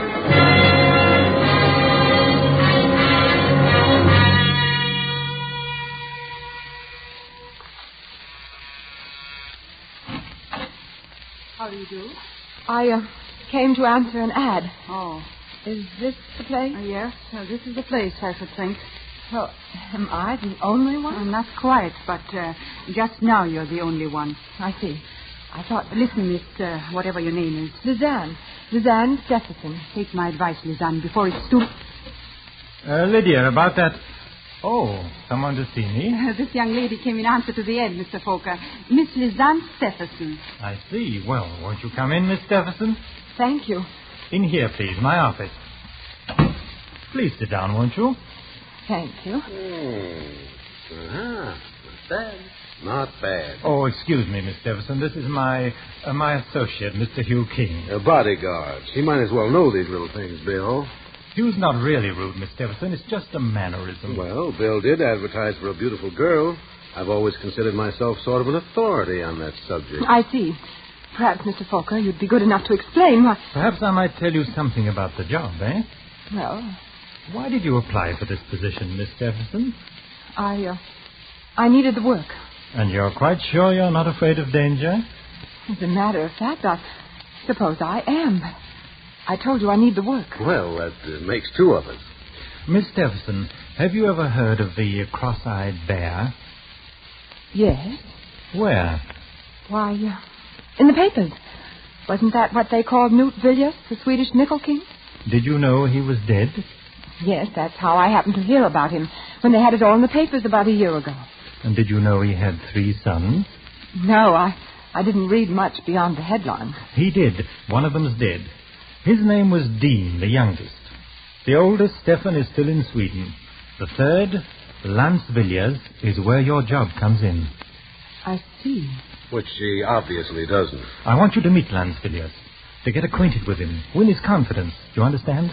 I think so. We know where he is, who he is, but he won't admit it. He pretends he's a piano player named Lance Vaught at Jim and Jack's nightclub. We're pretty sure that Lance Vaught is actually Lars Villiers, the second son of the Cross-Eyed Bear. Am I supposed to know why you want this done? You might as well tell her, Bill. She's in for it now, anyway. In for it? Oh, you mean it seems you're hired. You are. Oh, thank you. You accept? Yes, I accept. Well, then, the background, Miss Stephenson, is this. When the Cross-Eyed Bear, that is, old Knut Villiers, died, he left a will. The will was consciously designed to bring about the murder of at least 2 people. Murder? Yes. He left his estate, which included several important mines, divided equally among his 3 sons. He left a check for $3 million. 1 check torn in 3 pieces. 1 piece for each of his sons. And all 3 pieces must be presented together before the check is valid. A check torn in 3 pieces? Oh, sure, it's an old gag, but it's effective if you want a house divided. You see, the old bear knew that one son would eventually kill the others for their shares. And he knew which one. Stefan. The one in Sweden? Yes. But why do such a thing if he knew? Survival of the fittest, chum. The fittest to run his empire. The old boy is what is known as a rugged individualist.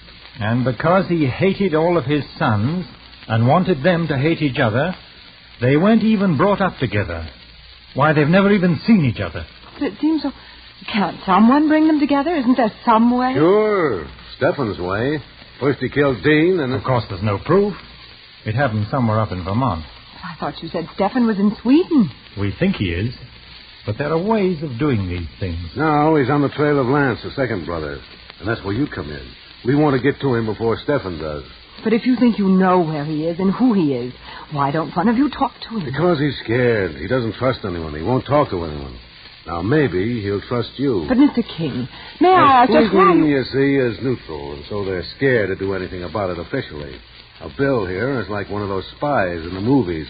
If he gets caught, his own government is the one to throw the first stone. Besides that, my government is afraid that if Stefan gets control of the mines, he'll turn them over completely to the Germans. Yes, Stefan's pro-Nazi among his other virtues. Well, Miss Stephenson, will you be ready to go to work tonight? Yes, I'll be ready. I'll reserve a table at Jim and Jack's. 2, in fact. For, say, 10 o'clock. We'll meet you around the corner from the bar. I don't want Lance to see us together. I'll be there. Very well, then, Miss Stephenson. Oh, by the way, here's a little cash. You may want to buy yourself an evening dress or two. Thank you, but... Oh, not at all. Part of the bargain. Goodbye. See you later. Heavens. It's $1,000. Well, so you got the job. Yes. You were trying to warn me about something before I went in, weren't you? It's no use now. I only hope you have better luck with it than I had. Will you... Oh, I'm so sorry. Don't be. Look, Lizanne, I don't know who you are, but you must be somebody. You must be mixed up in this thing somehow. I must be somebody? If you're not, get out of it while you can. You are, of course, but get out of it anyway. Why?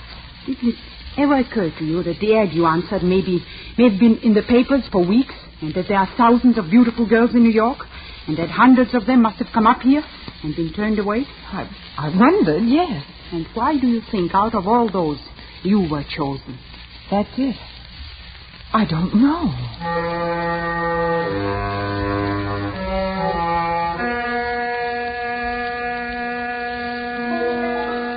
Diary, October 12th. Yes, why was I chosen? Who are they, really? And more important, what do they know about me? There's no answer except to work with them and wait. At least I know that at last I've found the trail of the cross-eyed bear.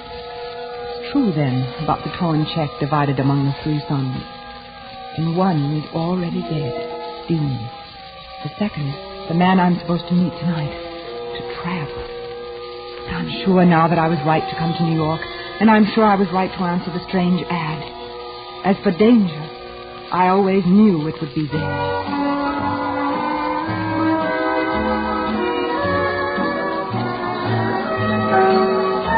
Sure Lance hasn't come in yet, Miss Stephenson? Positive. I've asked the head waiter twice. I don't think it would be wise to ask again. Perhaps not. Does he do this often? Stay away like this? No, that's the funny part. They say he's been at that piano every night for a year. This is the first time... Look, Lizanne. Do you mind if I call you Lizanne? No. Well, you didn't by any chance tip our friend off that people were looking for him, did you? Why should I when I'm looking for you? Oh, I'm sorry. Skip it. Just a habit. Nobody trusts anybody in this thing anymore. But if you don't trust me... Of course we trust you, Lizanne. He was a little nervous, that's all. Me? I'm not nervous. I like sitting around nightclubs with beautiful girls. You do look very charming tonight, Lizanne. It would be hard not to on $1,000. Hey, don't look around now, but our boy's just come in. Did he see us? No. I just happened to be looking around the corner, so he's back. He's heading for the orchestra. All right, Lizanne, here you go. Don't be nervous. Just talk with him, chat along, you know. What should I not say? And be as frank as you like. There's nothing to conceal. All right. Oh, waiter. See you later. Waiter, I have a table reserved for tonight. My escort will be along shortly. Yes, madame. What is the name, please? Stephenson. It's table number 24, I think, over by the orchestra. Oh, well, this way, please, madame.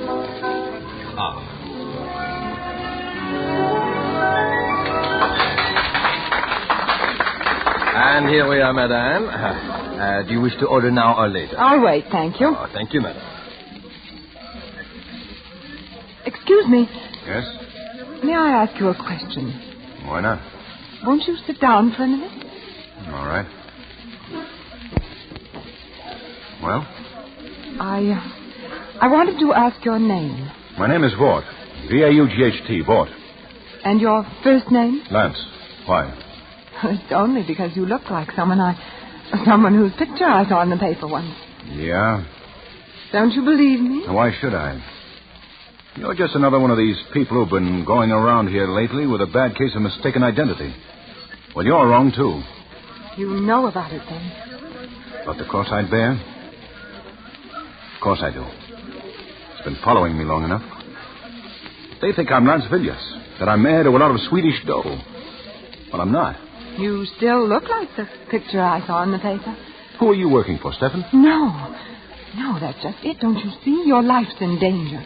Not as long as I keep my face shut, it isn't. Look, you must trust me. I can help you. I don't need any help. Are you sure you don't? Say, who are you working for? I noticed you ducked that one. No, I didn't. I don't have to lie. Well, who is it? His name is Bill Folker. I never heard of him. He's working for the Swedish government. He wants to help you, too. A lot of people seem to want to help me. Won't you talk to him? I might. Tonight? They're here at another table. They? Bill and his bodyguard, Hugh King. Oh, since when do representatives of neutral governments need bodyguards? Apparently when they become involved with the cross-eyed bear. Please come. All right. For a couple of minutes. I'll admit I'm rather curious. Over here. Oh, I didn't tell you my name, did I? It's Lizanne. Lizanne Stephenson.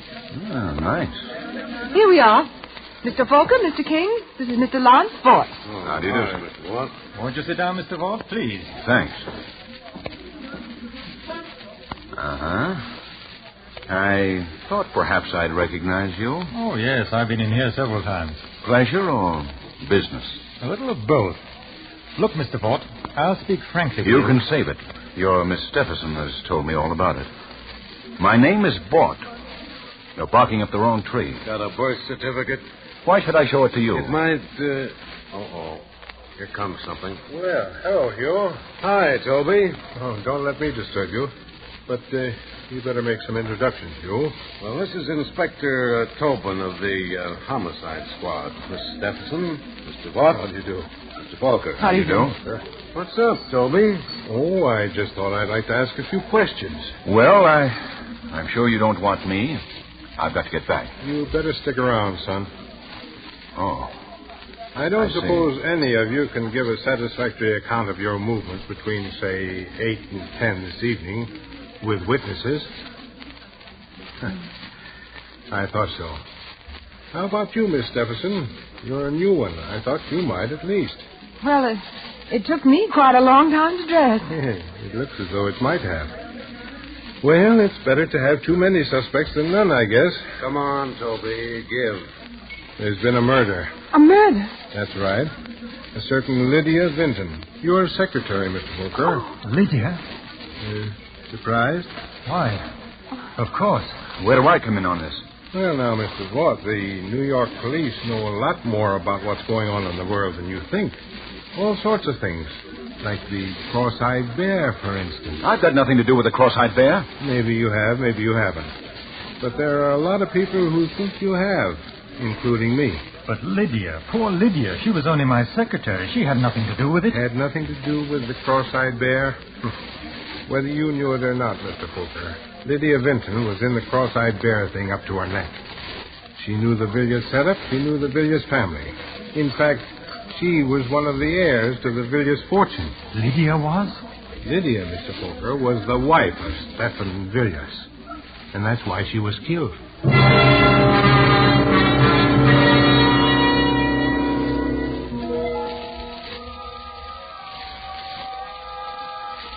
October 14th. Lydia. Poor Lydia. Who tried to warn me. And no wonder. Lydia was an heir to the cross-eyed bear's estate. And she is dead.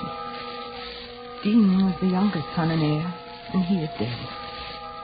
And the next, Lance. Of course he is Lance Villiers. His disappearing is as good as signing a confession that he is Lance Villiers. He disappeared not because he was a murderer of Lydia or anyone else, but he is afraid of being murdered because he is the second son of the cross-eyed bear. And that means I've got to find him before they do.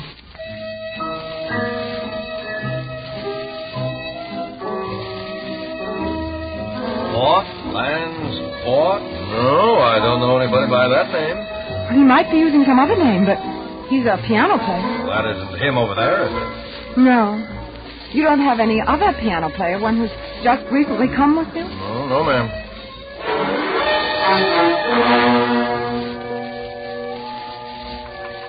Sure, he belongs to the Musicians Union. They all do, but he hasn't worked for over a week, and, well, if he didn't leave any forwarding address at his hotel, I'm sorry. Some of these piano players are funny guys. Oh, no, but that fella's wanted. You don't think you're going to find him before us cops do you? No, ma'am, I'm sorry. Nobody answering that description ever registered here.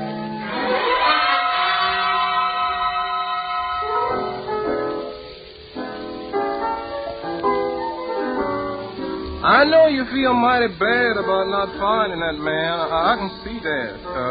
Do you want a little advice? Oh, yes, I do. You ever hear of the 48 Club up in Harlem? No. You go up there. Now, I'll tell you how to get there. And you just hang around. You'll show up there one of these nights. But why? Because nobody that's a real musician, and I know that boy is a real musician, nobody could stay away from there very long. They got a piano team up there. You just got to hear him ever so often. Now, you just go on up there like I tell you.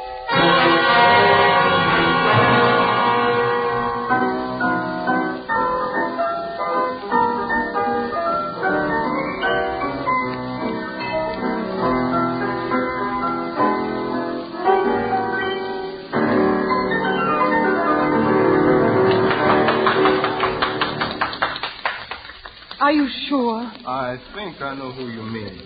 I've been keeping my eye out ever since you told me. I see.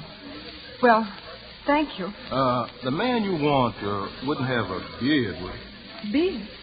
I don't know. There's the gentleman right over there. Where? Oh. That him? Well, I'm not sure, but I think I'll take a table for a while anyway.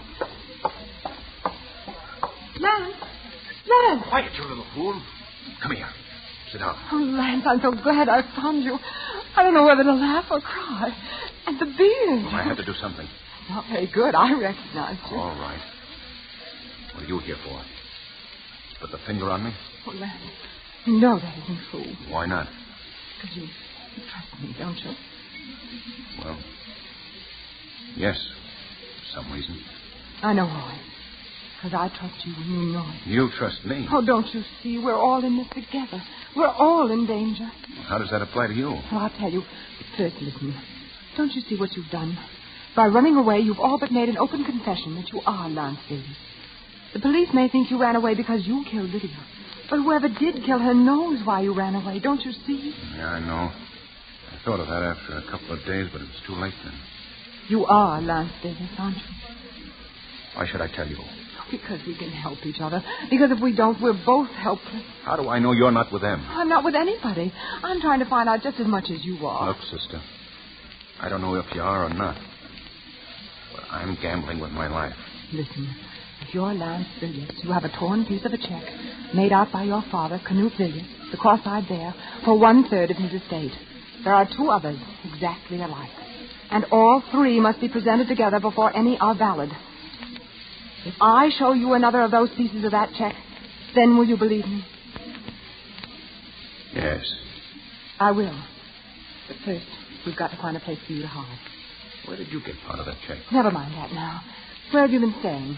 Oh, here and there. One broken-down hotel after another. I know. My place. It's got 2 rooms, and you can have one of them. Isn't that risky? No, don't you see? It's like the story of the man who left the valuable letter in plain sight on his desk. The simplest place to find you is the last place they'll look. Come on.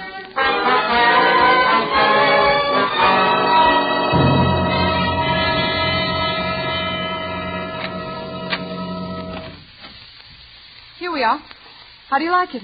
Well, it's a lot better than I've been used to lately. And there are bolts on the doors. I had that done the second day I got mixed up in this thing. Oh, which room do you want me to take? Oh, you might as well have this one, I guess. The phone's in the next room. You won't want to be answering that anyway. Well, this is all right. We can work and plan here. It'll be our headquarters. We can... Well, there's the phone now. Make yourself comfortable. Why don't you try the piano? Okay. Hello? Hello? Hello, who is it? Hello? That's funny. There was no...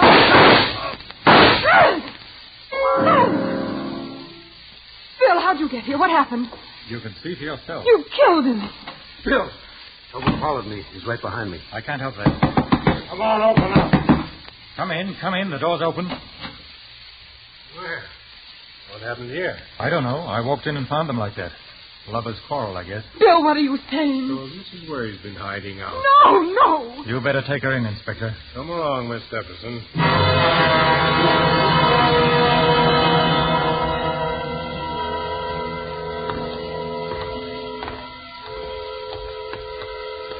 Here we are, miss.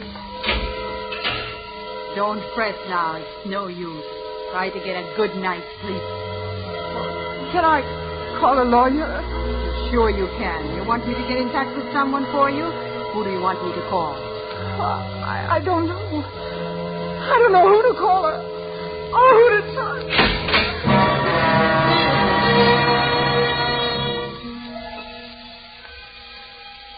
October 28th. At least they will let me write. But what? I've been such a fool. They are Stephen's agents, Bill Fokker and Hugh King, and I walked into the trap. They must have followed me, seen me locate Lance, perhaps even heard what we said. Now Lance is dead. The police believe I killed him, and they will swear to it with all the power of money, even foreign governments behind them. Worst of all, they must know who I am. They must know where the third piece of the cross-eyed bear's check is. That is why I am to be next. Dean, Lydia, Lance, and now Lizanne.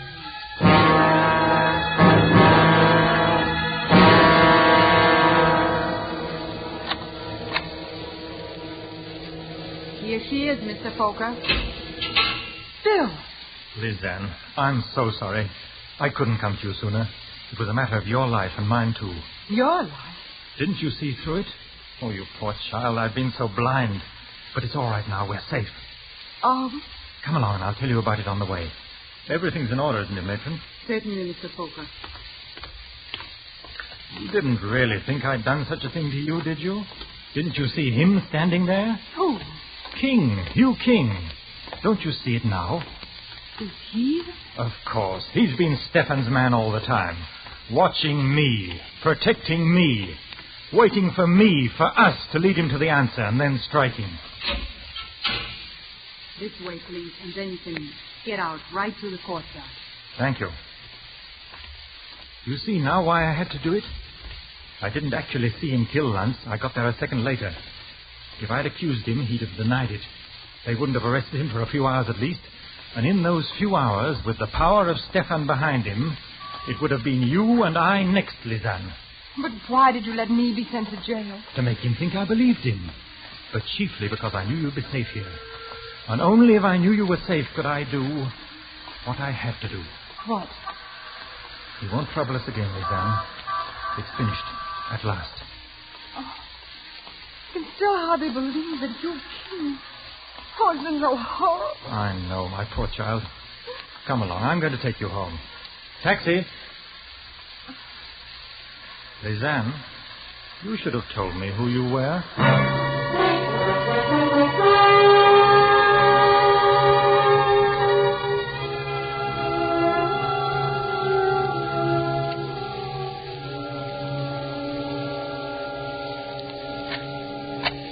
Go on in. Just relax for a while. Like a drink? No, thanks. You don't mind if I do? Of course not. As a matter of fact, there are still a few things I haven't told you about this little business of the cockeyed bear. There must be quite a lot of things. For instance, you never knew I had a wall safe behind this bar, did you? No. And of course, you didn't know what I kept in it. Perhaps you'd be interested to see. The cross-eyed bear's check. All 3 pieces. Yes. Lance's, who had his part in his pocket, the fool, Yours and my own. You? You know, I rather marvel that my poor brother Dean managed to marry such a naive girl. You believed in me all the way, haven't you, Lizanne? Even this afternoon. When did you know? Really, my dear, you don't think you were that beautiful, do you? I knew my younger brother had a wife somewhere, and I knew she'd turn up eventually if I used the right bait. The ad. The ad. But you weren't quite as innocent about that ad as you pretended, were you? The beautiful girl went looking for danger. You were trying to find the man who killed Dean, weren't you? Yes. Didn't you realize that he'd only married you for protection, so there'd be one more heir to the Villiers fortune, so they couldn't all be killed, or so he thought? Yes, I realized that after I'd married him. Lizanne, I have a private plane waiting for me, and I have the check. By the way, I got your part out of your safe deposit vault, copies of your keys. Oh. So there's no use prolonging the agony. You understand? You're going to kill me. I'm afraid I must. Dean, Lance, my poor, silly wife, Lydia, who became a little too panic-stricken. And now, since as Dean's wife, you're the last heir to the Villiers fortune... You can't! You'll never get away with it! I will. Oh, it'll look like suicide, naturally. I've even forged a little note in which you confess to the other murders. Remorse. Do I make myself clear? No. My poor child, you mustn't think you can deceive me by that ancient trick of staring over my shoulder at a non-existent intruder. Drop it, Bill. You! I said drop it. Are you all right? Sure, I'm all right. It was a close one for you, though, baby.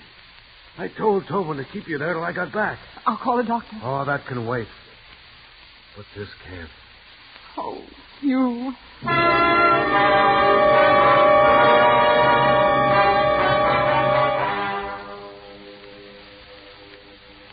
November 17th. This is the end of you, darling. I'm a married woman now. And the most appropriate end I can think of is this clipping from today's Times, pasted on the last page. Stephenson King. Villiers heiress weds FBI agent Hugh King, who shadowed notorious Stephen Villiers for 6 months to break international murder mystery. By special dispensation of Justice and War Departments, couple will honeymoon in Sweden.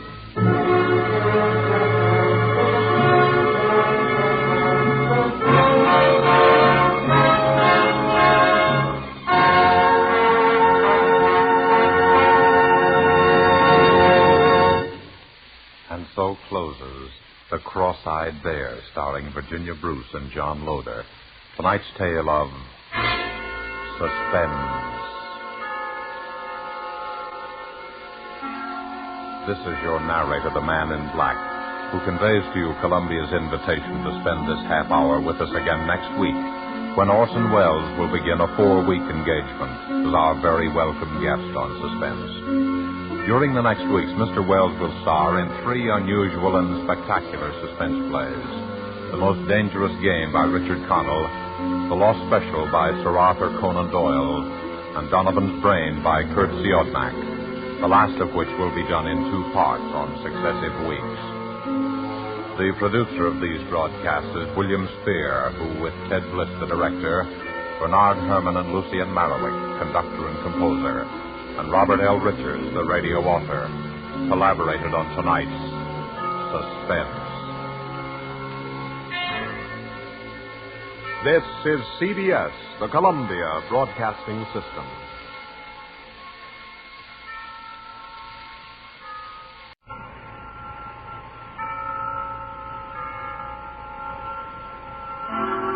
Suspense.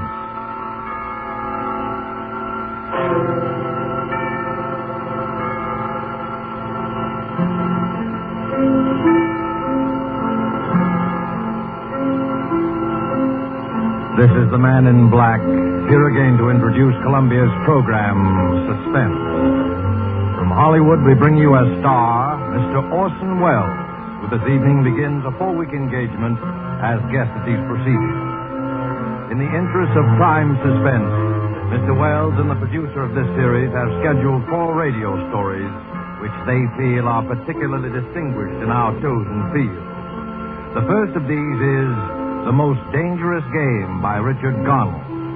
And so with the performance of Orson Welles in the character of General Zaroff and Keenan Wynn as Sanger Rainsford, who learned from Zaroff what was the most dangerous game, we again hope to keep you in suspense.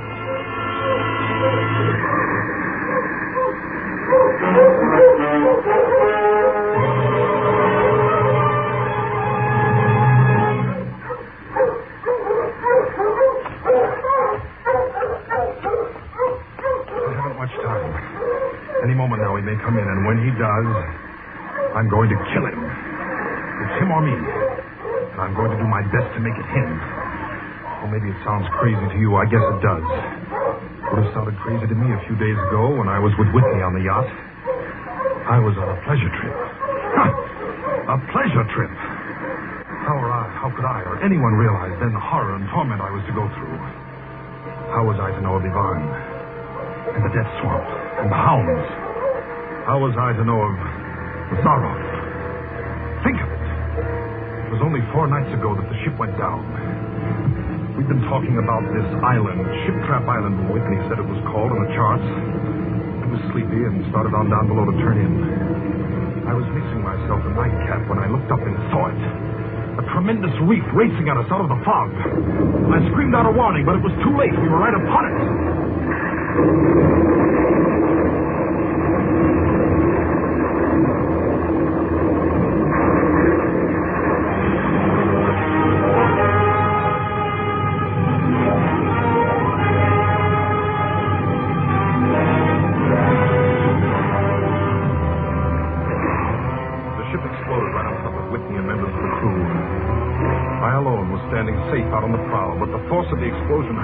Blood-warm waters. Terrified at the suddenness and surprise, my stomach weak and sick at the thought of the others. The sea was eddying furiously around the sinking remnants of the ship. And a certain cool-headedness came to me and made me swim desperately away. But I might not have lived to go through the horror which was soon to come. I struck out to the right in the direction of the island about which Whitney had been telling me. I had no recollection of how long I swam, but all at once I heard the muttering and growling of the sea breaking on the rocky shore. With my remaining strength, I dragged myself from the swirling waters. All in, gasping, my hands raw, I at last reached a flat place at the top. I flung myself down at the jungle edge and tumbled headlong into the deepest sleep of my life.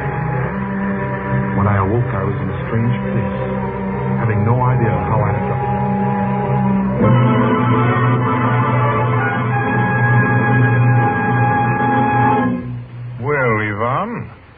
Our friend seems to be awakening. Where is this? Where am I? Do not be alarmed, my friend. My man Ivan found you out on the cliff. He brought you here to be taken care of. Oh, thank God there's life on this island. I hardly believed. Few people do. Yes, you are quite safe here in my castle, Mr. Rainsford. Yes. Rainsford. I'm Sanger Rainsford of New York. Rainsford? Sanger Rainsford? Yes. Well, it is indeed a very great pleasure and honor to welcome you, Mr. Sanger Rainsford. You're the celebrated hunter, are you not? Yes. You know me? By reputation only. I've read your book about hunting snow leopards in Tibet, you see. My name is General Zaroff. I am not English, Mr. Rainsford, but I went to a good school. Perhaps you recognize the colors of my tie. No, it makes no difference. I've lived too long in the jungle to be a snob. Well, well, I can't tell you how happy I am to meet you, General. And I can't tell you how happy I am to meet you, Mr. Rainsford. But come, we shouldn't be chatting here. We can talk later. You must be hungry. Yes, I am rather. What? Ivan thought you'd like a robe. He's drying your clothes for you. Oh, thank you. Ivan's an incredibly strong fellow, but you mustn't mind his looks. His ears were cut off in battle, and he has the misfortune to be deaf and dumb. He is sensitive about his appearance. A simple fellow, really, but I'm afraid a bit savage. Oh? He's been in our family for years. Follow Ivan, if you please, Mr. Rainsford. I was about to have my luncheon just before you awoke. You can have it together now. Does the robe fit you all right? Oh, yes, perfectly, thanks. I'm so glad. You have quite a collection of heads here. Lions, tigers, elephants, moose, bears. Oh, I don't believe I've ever seen a more perfect specimen. They are nice. I take great pride in them. You have good cause. Coming from you, Mr. Rainsford, that is a great compliment. And here we are. You sit over there. Thank you. Oh, right, Ivan. We do our best to preserve the amenities of civilization here. Please forgive my lapses. Oh, of course. Well off the beaten track, you know. Shoo-shoo. Shoo-shoo. Shoo-shoo. This is my little pet, Mr. Rainsford.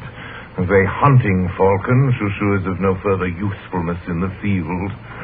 But I'm fond of its company. My not little sweetheart. Patience, my darling. I know you're hungry, my dear. We hunt tonight. Your heads are really remarkable, General.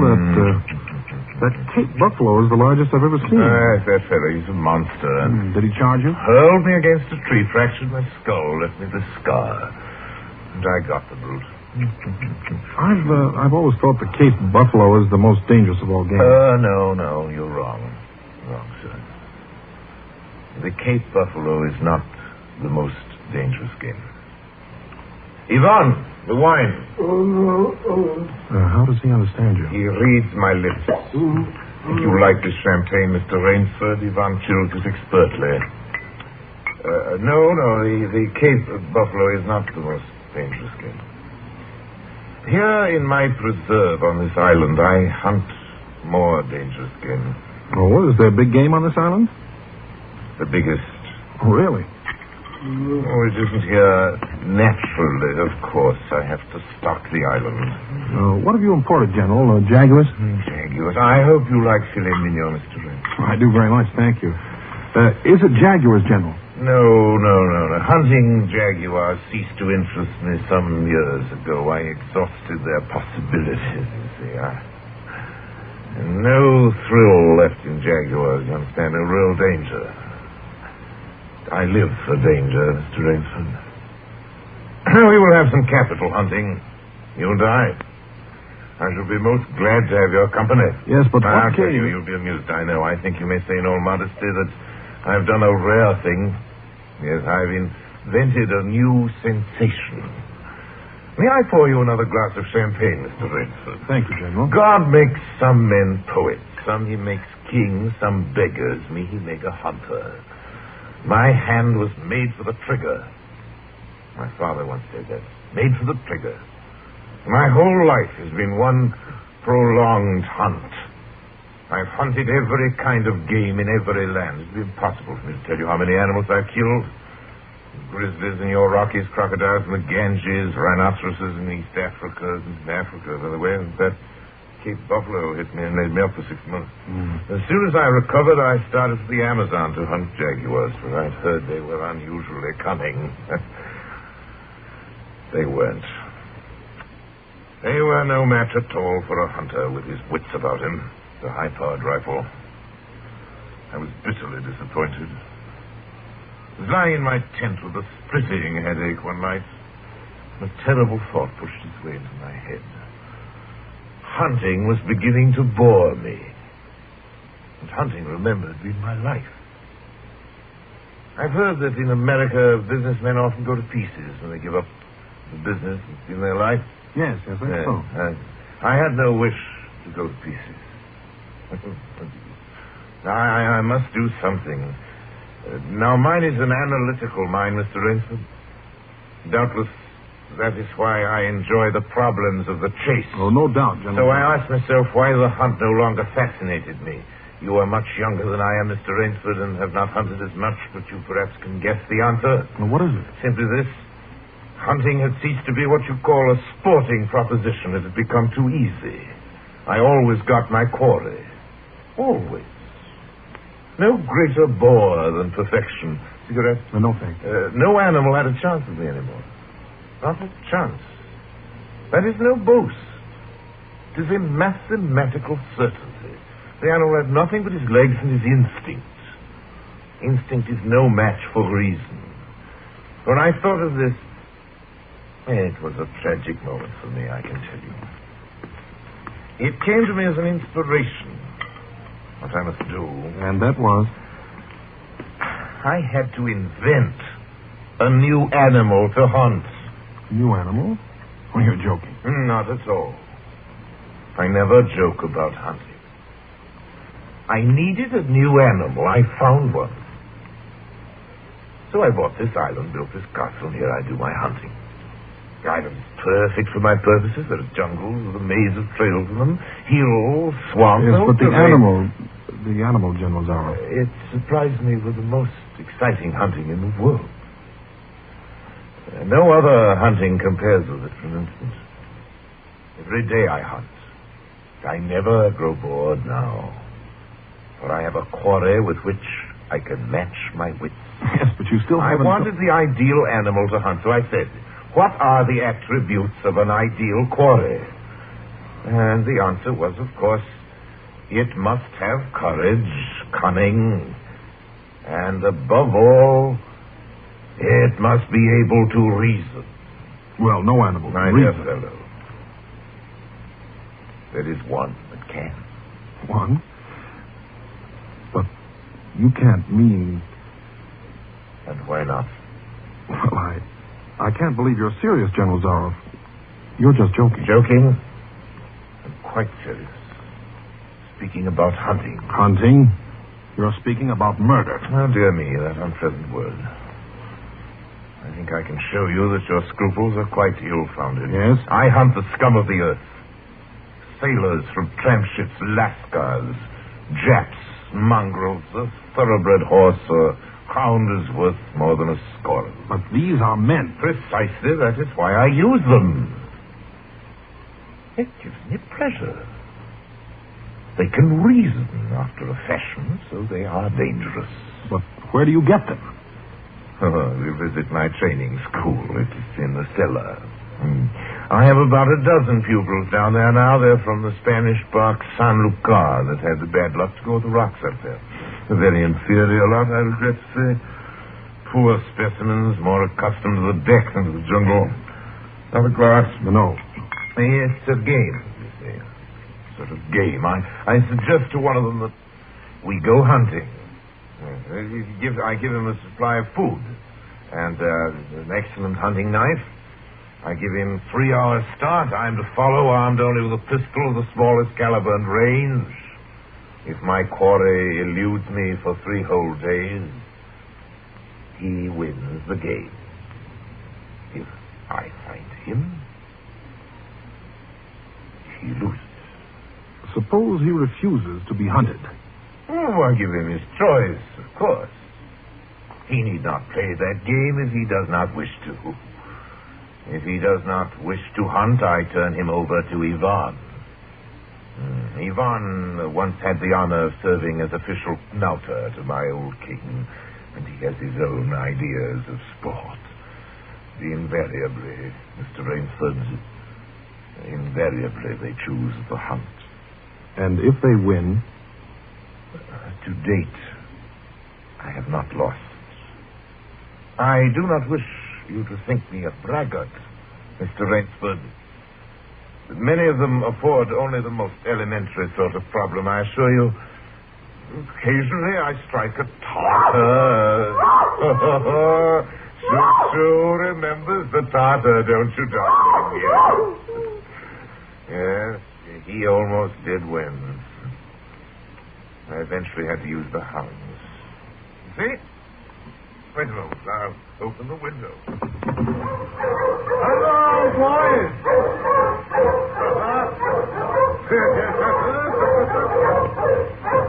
It's a rather good lot, I think. They're let out at 7 every night. If anyone should try to get into my castle or out of it, something extremely regrettable would occur to them. But enough of this. Come, I'll show you a collection of heads I'm quite sure you've never seen before. Join me in the library for coffee. I hope that you will excuse me tonight, General. I'm really not feeling well at all. Indeed. I know what it is. My old complaint. Ennui, boredom. You need some excitement. Tonight we'll hunt. Hey, Mr. Rainsford. You and I.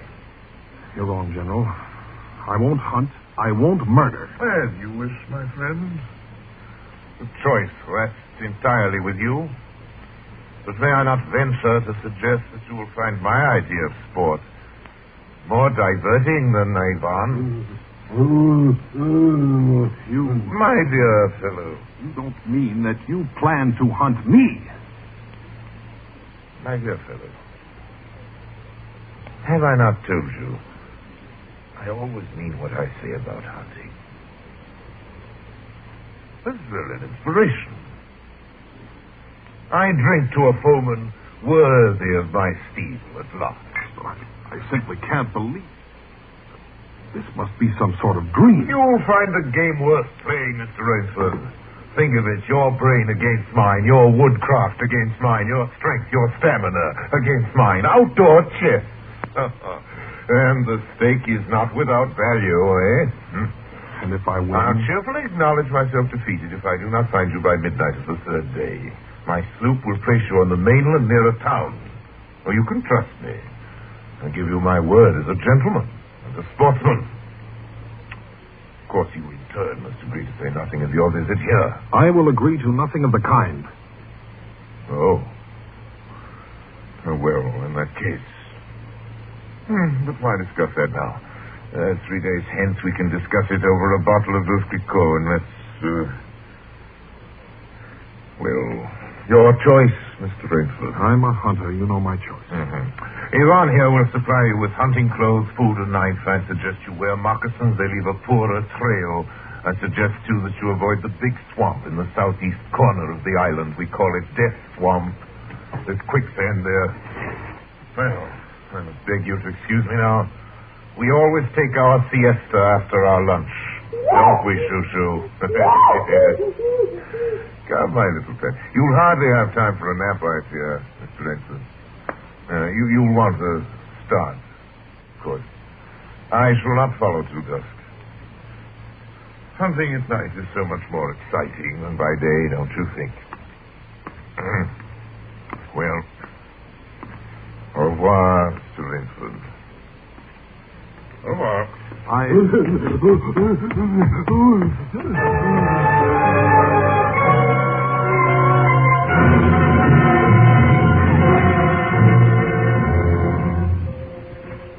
I'd fought my way through the bush for 2 hours, repeating to myself over and over again, I must keep my nerve. I must keep my nerve.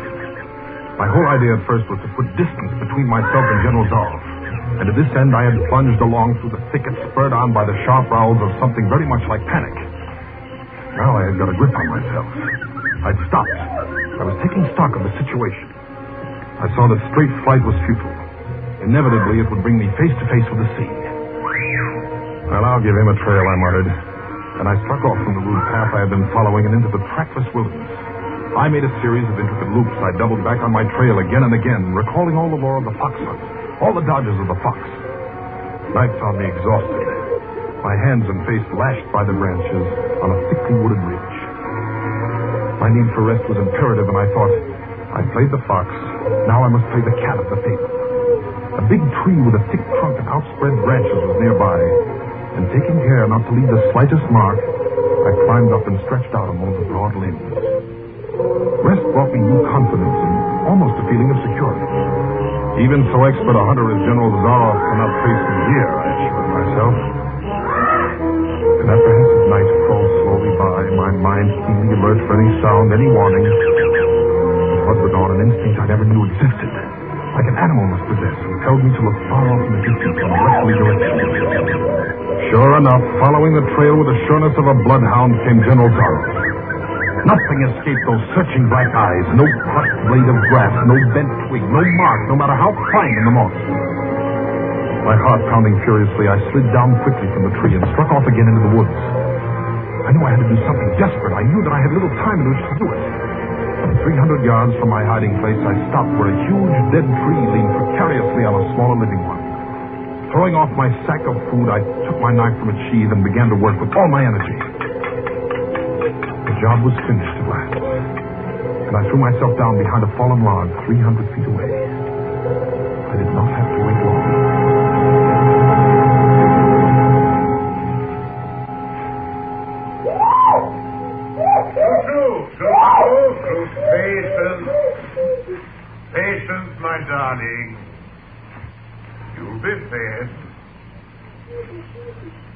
Rainsford? Rainsford?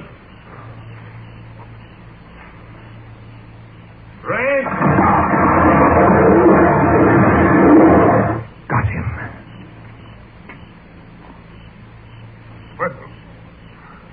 Rainsford? If you are within sound of my voice, as I suppose you are, let me congratulate you. Not many men know how to make a Malay man-catcher. Luckily for me, I too have hunted in Malacca. You are proving interesting, Mr. Rainsford. Very interesting. The tree brushed my shoulders. I jumped back. I'm going to have the wound dressed. Only slight. I shall be back, Mr. Rainsford. I shall be back.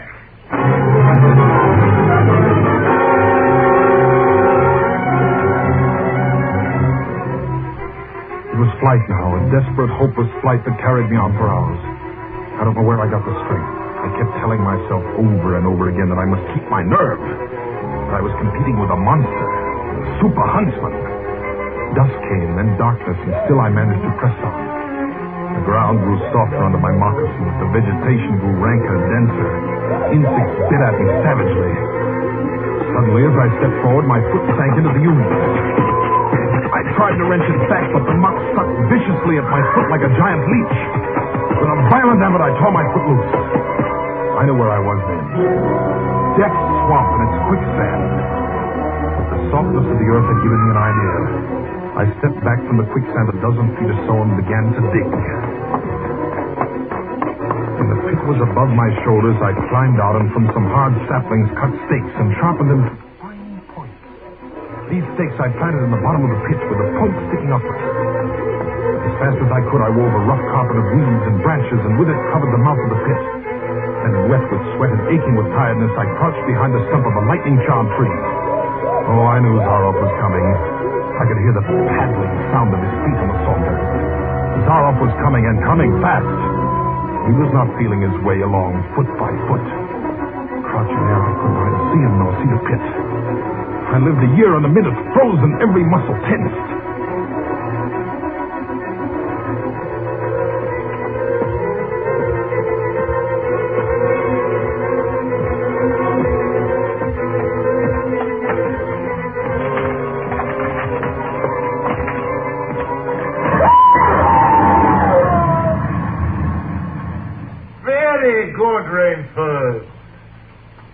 Very good.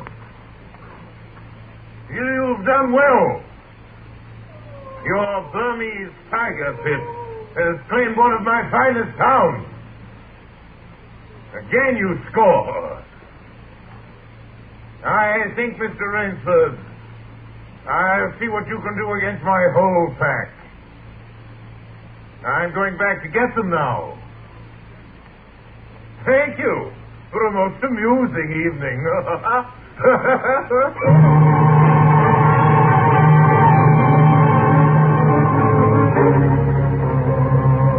At daybreak, lying near the swamp, I was awakened by a sound that made me know I had new things to learn about fear. It was a distant sound, faint and wavering, but I knew it. It was the baying of a pack of hounds. I could do one of two things.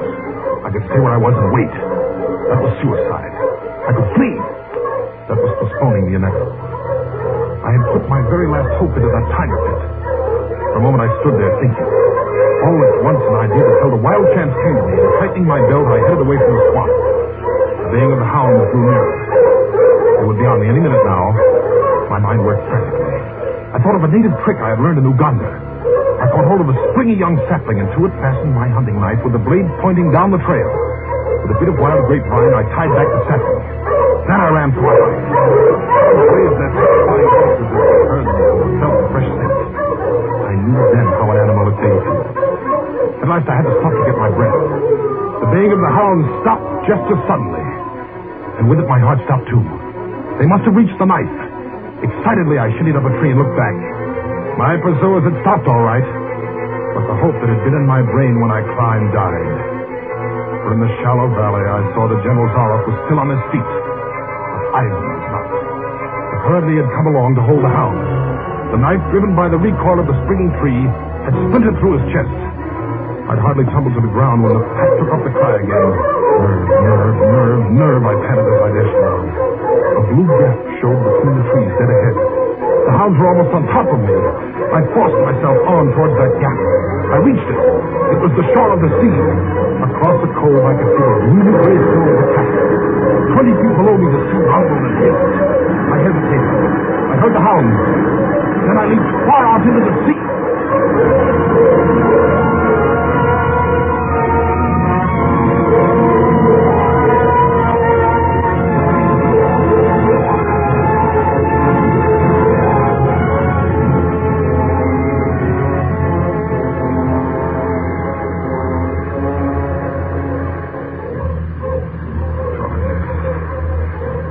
Good to me.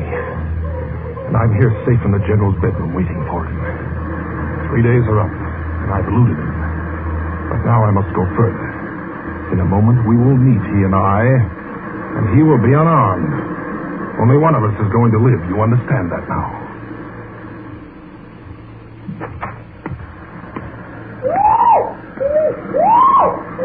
Quiet, Shoo-Shoo. Shoo-Shoo! You must be patient, dear. You must forgive me. You're hungry, I know. Shoo-Shoo. Frenchman. Yes. French. How on earth did you get here? Swam. I found it easier and quicker than walking through the jungle. I congratulate you. You've won the game. Oh, no, General. I'm still a beast at bay. Here. Get ready, General Zaroff. Swords? Yes. 2 of them. I see. Oh, very good. Very good, Ransford. One of us then is to furnish a repast for the hounds. The other will sleep in this very excellent bed. Excellent. On guard, Ransford.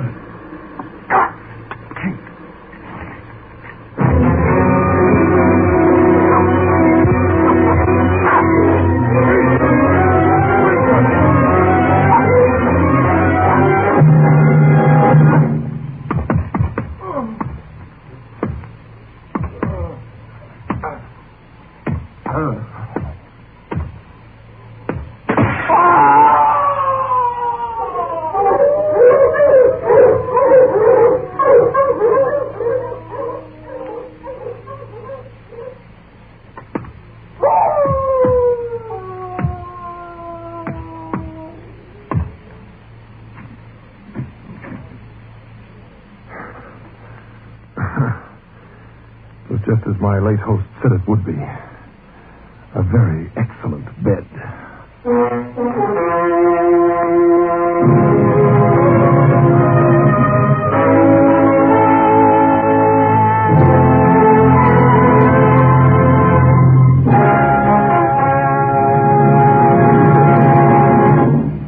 And so closes The Most Dangerous Game by Richard Connell, starring Orson Welles. Tonight's tale of Suspense. Mr. Wells was General Zaroff, and Keenan Wynn, Rainsford. This is your narrator, the man in black, who conveys to you Columbia's invitation to spend this half hour in suspense next week, same time, when Orson Welles will again be our star in Sir Arthur Conan Doyle's story, The Lost Special.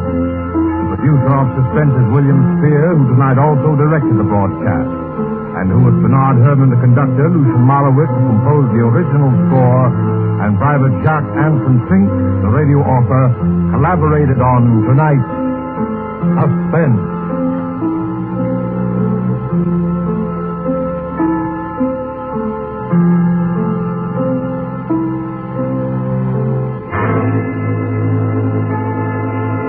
This is CBS. the Columbia Broadcasting System.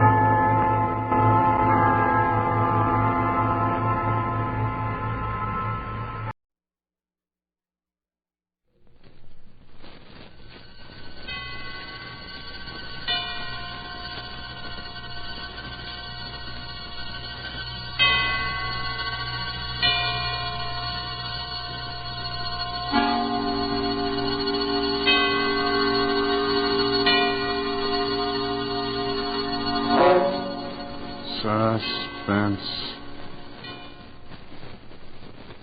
For you men and women in the armed forces of the United Nations, we present one of America's top spine tinglers. A radio rebroadcast of a program dedicated to the mysterious, the unusual, and sometimes the supernatural. A program of suspense. The producer of Suspense asks you to almost believe that the following is true. Very well. Standing beside me, surrounded by two guards, is a man who in a few short hours is to be put to death in the electric chair. His last request to the warden was that he be allowed to speak on this program and reveal what he calls some startling information. The warden naturally turned to us, and we at once complied, anxious at all times to do anything, however strange, that will hold our listeners in suspense.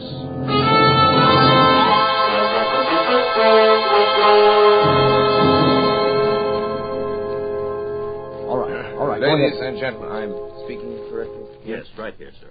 Thank you. Ladies and gentlemen, this broadcast will never be completed. I'm going to tell you a story. This story involves a number of famous and influential people here as well as abroad. These people have received warning from me, and I'm sure all of them are making it a point to listen to me now. I shall not name these great, these rich, these influential gentlemen until my story is over. They will recognize this story. They will remember me. They will take the necessary steps for my reprieve. I shall expect a full pardon and safe conduct to a neutral country. These are my terms. I shall expect word of this to be brought to this studio during this broadcast. But as I have warned you, this broadcast will never be finished. You will never hear those names. It is certain my price will be paid. I am presently under sentence of death for my activities in the matter of refueling German submarines in the Caribbean. My full confession has been reproduced in the popular press. You have read it and you know the details. It is the least ingenious of my exploits and my first failure. So much for it. The story I shall tell you tonight occurred many years ago, but concerns, as I have said, many now living. It will interest you, I hope. I know it will interest them. Very well, then. On the 3rd of June, 1925, in Liverpool, a man who gave his name as Monsieur Louis Caratel asked to see Mr. James Bland, the superintendent of the London and West Coast Railway. He was a small man, this Caratel, middle-aged, dark, and with a stoop so pronounced that it suggested some deformity of the spine. He was accompanied by a friend, a man of imposing physique who, from his swarthy complexion, was probably either a Spaniard or a South American. It turned out later that his name was Gomez. One peculiarity was observed in him. He carried in his left hand, fastened to his wrist by a strap, a small leather dispatch case. No importance was attached to this fact at the time, but later events endowed it with much significance. Monsieur Caratel was shown to Mr. Bland's office while his companion remained outside.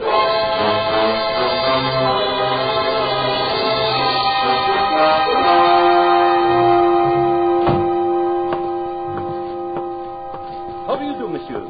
My name is Louis Caratel. Yes, sir. What can I do for you? I have just arrived from Central America this afternoon. It is extremely urgent that I reach Paris without a moment's delay. Paris, eh? It's too bad. Just missed the London Express. I am not interested in the London Express. Could you provide me with a special train? Yes, I think that could be arranged. Oh? It's quite an expensive proposition. Money is of a small importance, monsieur. Time is everything. If you can arrange a special for me in a hurry, you may make your own terms. Very well. Mr. Hood, will you step over here a moment, please? Yes, Mr. Bland. Mr. Hood, here's our traffic manager, Mr. Caratel. Hood, I want you to arrange a special for him. He's going to Paris. How's the line? Can you fix him up in a hurry? Why, yes, I believe so, Mr. Bland. The line is clear through Manchester, and engine 247 at the Rochdale is on the tracks now. It could be ready, say, in 15 minutes. Good. Who's available for the trip? Engineer Smith, sir. And I can put James McPherson on as conductor. Well, there you are, Mr. Carroll. Simple as that. Attend to everything right away, will you, Hood? Yes, sir. These men, Mrs. Smith and,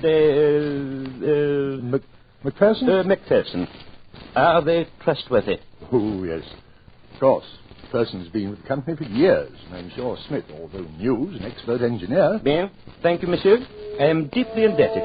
You have been most considerate.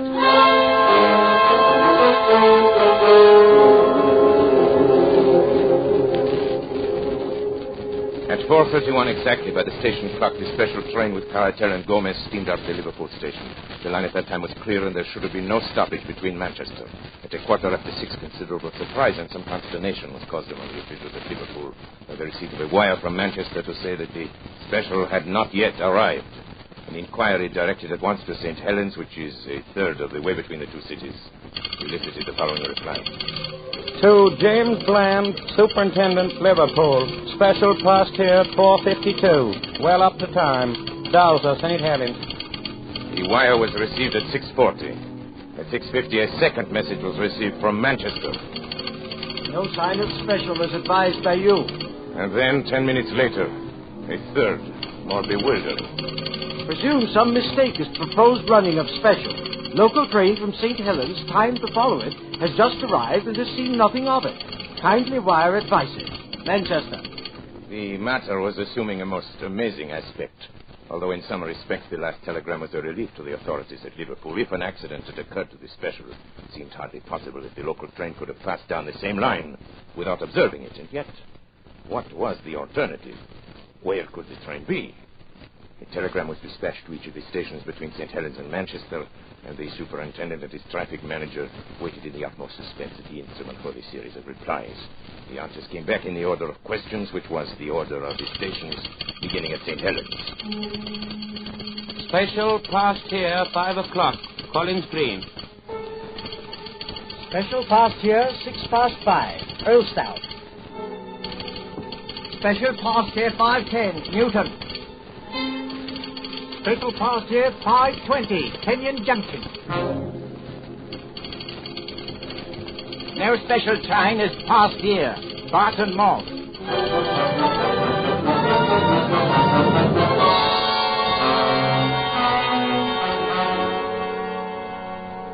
Hood, this is unique in my 30 years of experience. I can't understand it, Mr. Bland. The special has gone wrong between Kenyon Junction and Barton Moss. And yet there's no siding between the two stations. Special must have run off the rails, jumped the track. But how could the 450 Parliamentary pass over the same line without seeing it? There's no alternative, Hood. Absolutely must be so. Possibly the local may have observed something which may throw sunlight on the matter. We'll wire to Manchester for more information, and to Kenyon Junction with instructions that the line be examined intently as far as Barton Moss.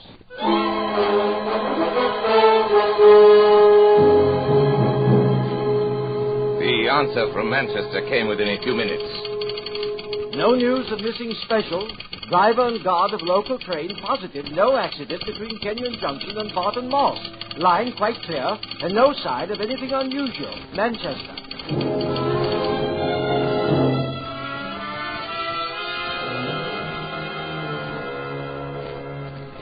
This is lunacy, Hood. Does a train vanish into thin air in England in broad daylight? The thing's preposterous. An engine, a fender, car, 5 human beings, and all lost on a straight line of railway. It's impossible.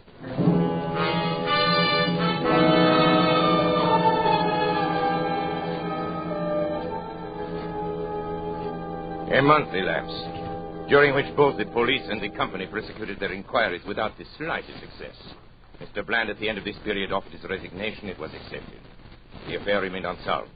A reward was offered and a pardon promised in case of crime, but they were both unclaimed.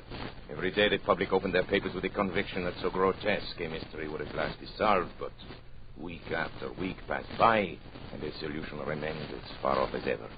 Then a new and most unexpected incident occurred. This was nothing less than the receipt by Mrs. McPherson of a letter from her husband, James McPherson, who had been conductor of the missing train. The letter, which was dated July 5, 1925, was posted from Mozambique, Portuguese East Africa, and came to hand upon the July 14th. My dear wife, I've been thinking a great deal, and I find it very hard to give you up. I try to fight against it, but it will always come back to me. I send you some money, which will change into 20 English pounds. This should be enough to bring you here. Things are very difficult with me at present, and I'm not very happy, finding it so hard to give you up. So no more at present. From your loving husband, James McPherson.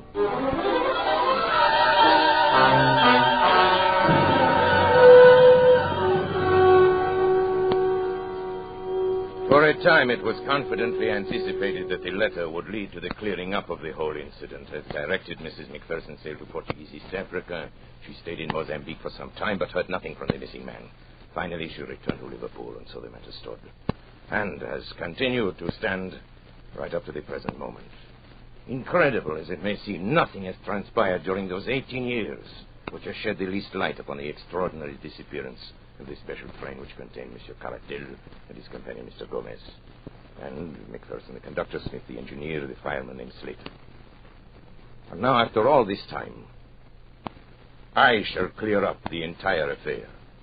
And unless I hear from those so highly respectable gentlemen who were my employers and who are completely implicated in the crime, unless I hear from them before I'm finished, their names will be revealed on this broadcast.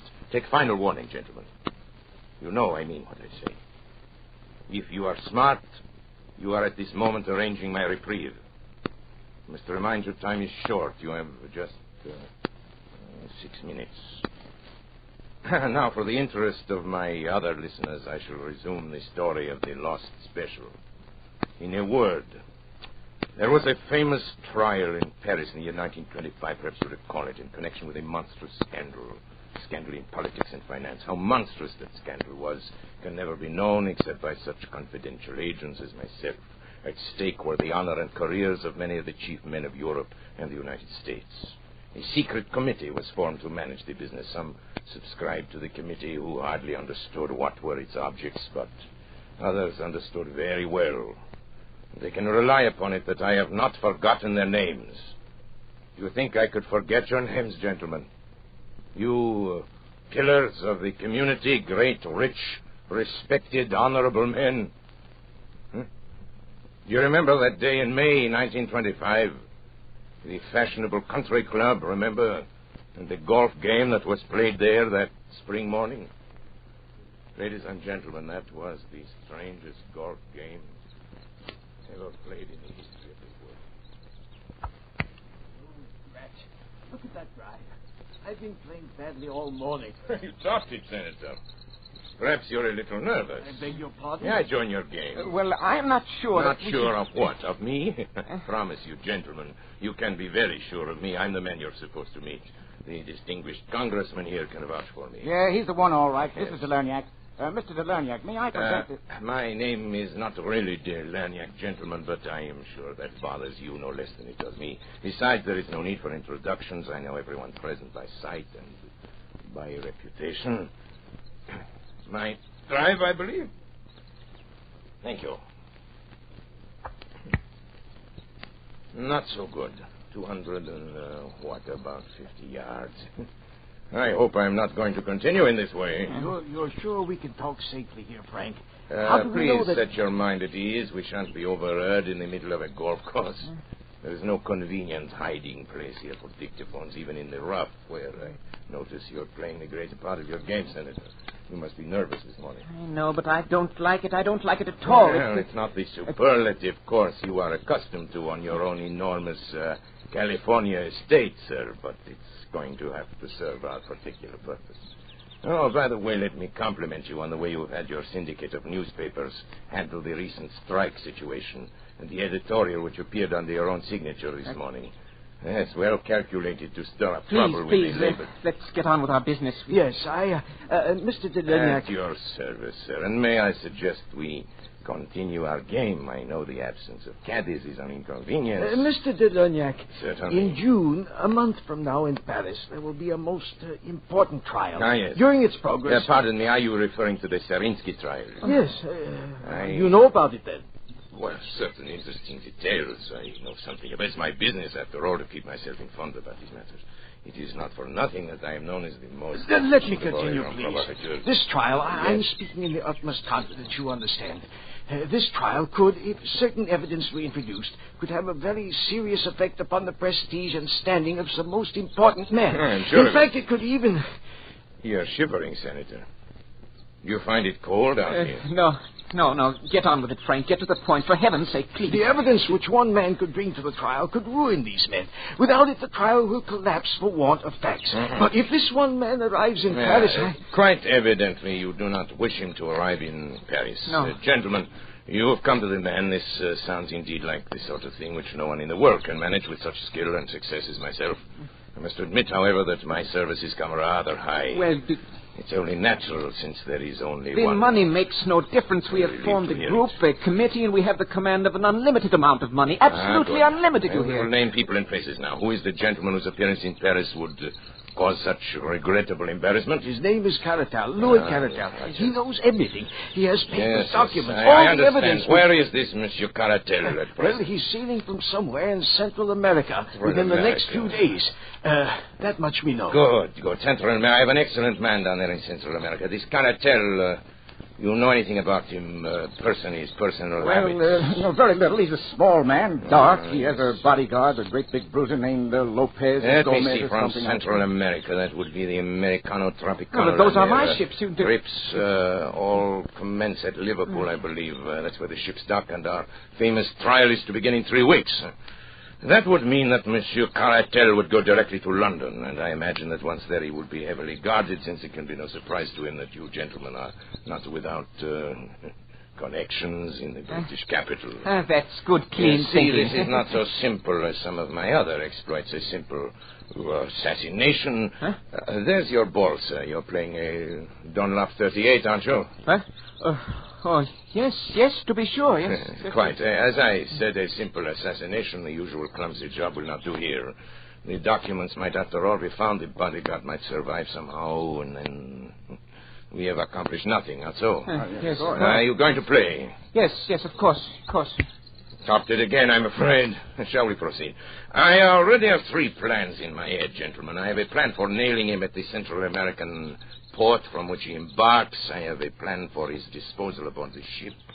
But in each of these cases, I, Delagnac, will be unable to be present, so there is the chance of failure. I will think of a third plan, gentlemen. I shall sail immediately to Liverpool. On my way there, sitting on the deck in the May sunshine, I shall conceive my third plan. It must be something special. Something very special. There I am. Is this your famous water hazard? Well, I think a number 7 iron will do it.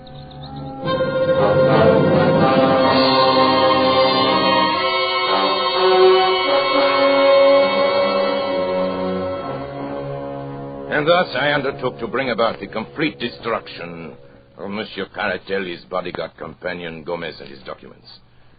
Plan 1 was already out the window, as I found out the next day. Delagnac, White Sulphur Springs, Virginia. Baby Lou, unable to sleep last few nights, have sent him to visit Aunt Henriette. Will rejoin him on 21st. Love, Jenny. This telegram from Matagalpa conveyed to me the information that Caratal, possibly sensing danger, had moved from his hotel and gone to stay with friends until his ship sailed. So it was impossible to carry out the idea of the fire in the hotel. His ship leaving on the 21st was the Henriette. On my 4th day at sea, I heard from her. Delagnac, Barrancaria. Ship-to-ship communication from Henriette, Tropicana line. Presented Grace your box of chocolates. Louise has given up candy for Lent. Grace still wants us all together for 29th birthday party. Will be really special. Ralph. This meant that poison had been given to Gomez, the bodyguard, in an effort to get him at least out of the way. He'd been unable to succumb to it. He'd thrown off the effects, and is evidenced by the report that we would all be together on the 29th. Now, Caratel had refused to eat the food containing the poison. So much for Plan 2, which was not worthy of me anyway, since there was always the possibility of the bodies being found in the ocean. The man Gomez was carrying the documents in a dispatch case strapped to his wrist, and I must tell you something now.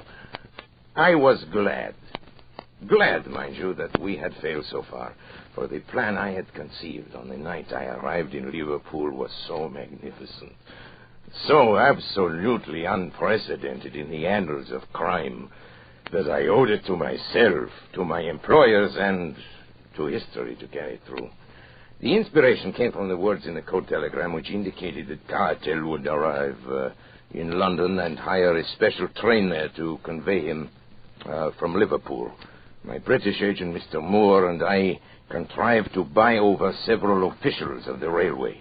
Now, here begins the story. First, the division head, who helped us employ James McPherson, whom we contrived to be the conductor of any special train we designated.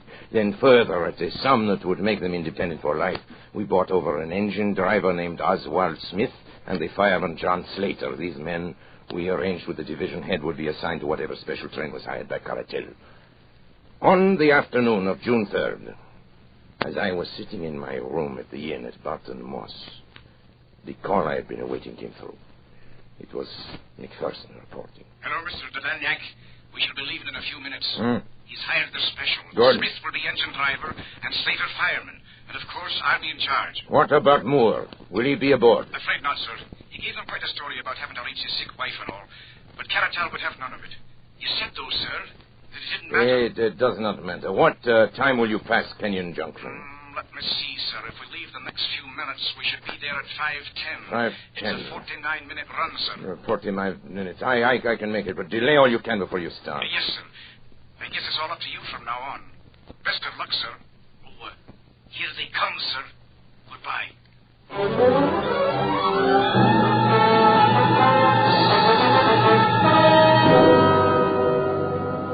And now I went to work. Everything had been prepared for days before, and only the finishing touches were needed. The side track, just before Barton Moss, leading to the abandoned Heartsease mine, had once joined the main line, but it had been disconnected when the mine had been worked out some years before. We had only to replace a few rails to connect it once more. With my small but competent band of workers, we had everything ready well before the special arrived. When it did arrive, it ran off upon the small sideline so easily that the jolting of the switch points appears to have been entirely unnoticed by the two travelers. So, now I have our special train upon the small line which leads, or rather used to lead, to the abandoned mine. You will ask how it is that no one saw the train upon this unused line. I answer that along its entire length it runs through a deep cutting, and that unless someone had been on the edge of that cutting, he could not have seen it. There was someone on the edge of that cutting. I was there. And now I will tell you what I saw. The moment the train was fairly on the sideline, Smith slowed down the engine, and then, having turned it on full speed ahead, he and McPherson, with Slater, the fireman, sprang off before it was too late. It may be that it was this slowing down which first attracted the attention of the travelers, but the train was running at top speed before their heads appeared at the open window. It makes me smile to think how bewildered they must have been. What a catch must have come to their breath as it flashed upon them, that it was not Manchester that was awaiting them, but death. The train was now running at frantic speed, rolling and rocking over the rough and rusty line, while the wheels made a frightful screaming sound on the corroded surface. I was close to them and could see their faces. Caratel was praying, I think. There was something like a rosary dangling out of his hand. The other, Gomez, roared like a bull, but was drowned out by the incredible noise of the train. He saw me standing on the bank. When he realized he couldn't be heard, he beckoned to me like a madman, tearing at his wrist and hurling the dispatch box out of the window in my direction. course, his meaning was obvious. Here was the evidence that they would promise to be silent if their lives were spared. It would have been very agreeable if it could have been done so, but business is business. Besides, the train was now so much beyond our control. He ceased his howling and gesturing when the train rattled around the curve, and they saw the black mouth of the mine yawning before them. They were struck silent by what they saw, and yet they could not withdraw their heads. The sight seemed to have paralyzed them. I had wondered how the train, running at a great speed, would take the pit, and I was much interested in watching it. One of my colleagues, who had joined me there, thought it actually would jump it, and indeed it was not very far from doing so. It leaped into the air and seemed to hang suspended for a moment. The funnel flew off into the air, and then the van, the car, and the engine were all smashed up into one jumble, which choked the mouth of the great pit, and something gave way in the middle, and the whole mass of iron, coal fittings, wheels, woodwork, and cushions crumbled together and crashed into the mine.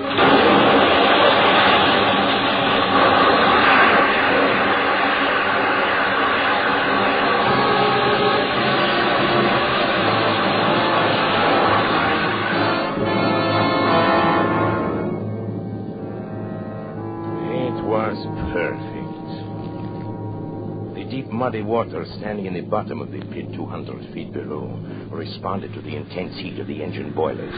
It hissed loudly and blew great bubbles of black mire into the air. At the same time, the walls of the pit, loosened by the impact of the train as it struck the opposite side, gave way, and a mighty avalanche of rock and dirt thundered down upon the wreckage of the train as it settled with a low, hissing sigh. Was covered forever by the mud and mire. The vapor hanging in the air shredded off into thin, small wisps, and all was quiet again in the Heartsease mine. And now, having carried out our plan so successfully, it remained only to leave no trace behind us. Our little band of workers at the other end had already ripped up the rails and disconnected the sideline, replacing everything as it had been before. We were equally busy at the mine. The lines which led to it were torn up and taken away. Then, without flurry but without delay, we all made our way out of the country, most of us to Paris, my English agent to Manchester, and Macpherson to East Africa. A word in passing about Macpherson, who was foolish enough to write to his wife and tell her to meet him in Mozambique. And naturally, we took steps to ensure that this meeting would never come about. I have sometimes thought it would be a kindness to write to Mrs. Macpherson and to assure her that there is no impediment to her marrying again. But of the lost special, let the English papers of that date tell how thoroughly we had done our work and how completely we had thrown the cleverest of their detectives off our track. You will remember that Gomez threw his bag of papers out of the window, and I need not say that I secured that bag and brought them to my employers. It may interest my employers now, however, to learn that out of that bag I took one or two little papers as a souvenir of that occasion. I had no wish to read the information obtained by these papers, but it is now, it's less than a minute before my broadcast is over, and I have received no word. It is the final hour. I see at the other end of the studio the engineer waving his hands at me that my time is almost up. Well, I gave you warning. You had your chance, gentlemen. Very well. Now I reveal your names. And the first name I reveal is that of Charles Boston. Ladies and gentlemen, they're trying murder. I want you to hear these names quickly. I know you will avenge me. The names are...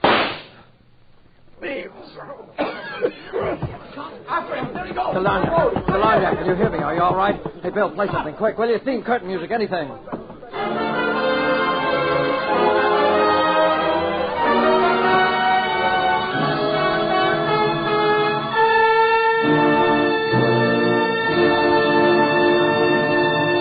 And And so closes the Lost Special by Sir Arthur Conan Doyle, starring Orson Welles. Tonight's tale of Suspense. This rebroadcast of Suspense was produced in the United States of America.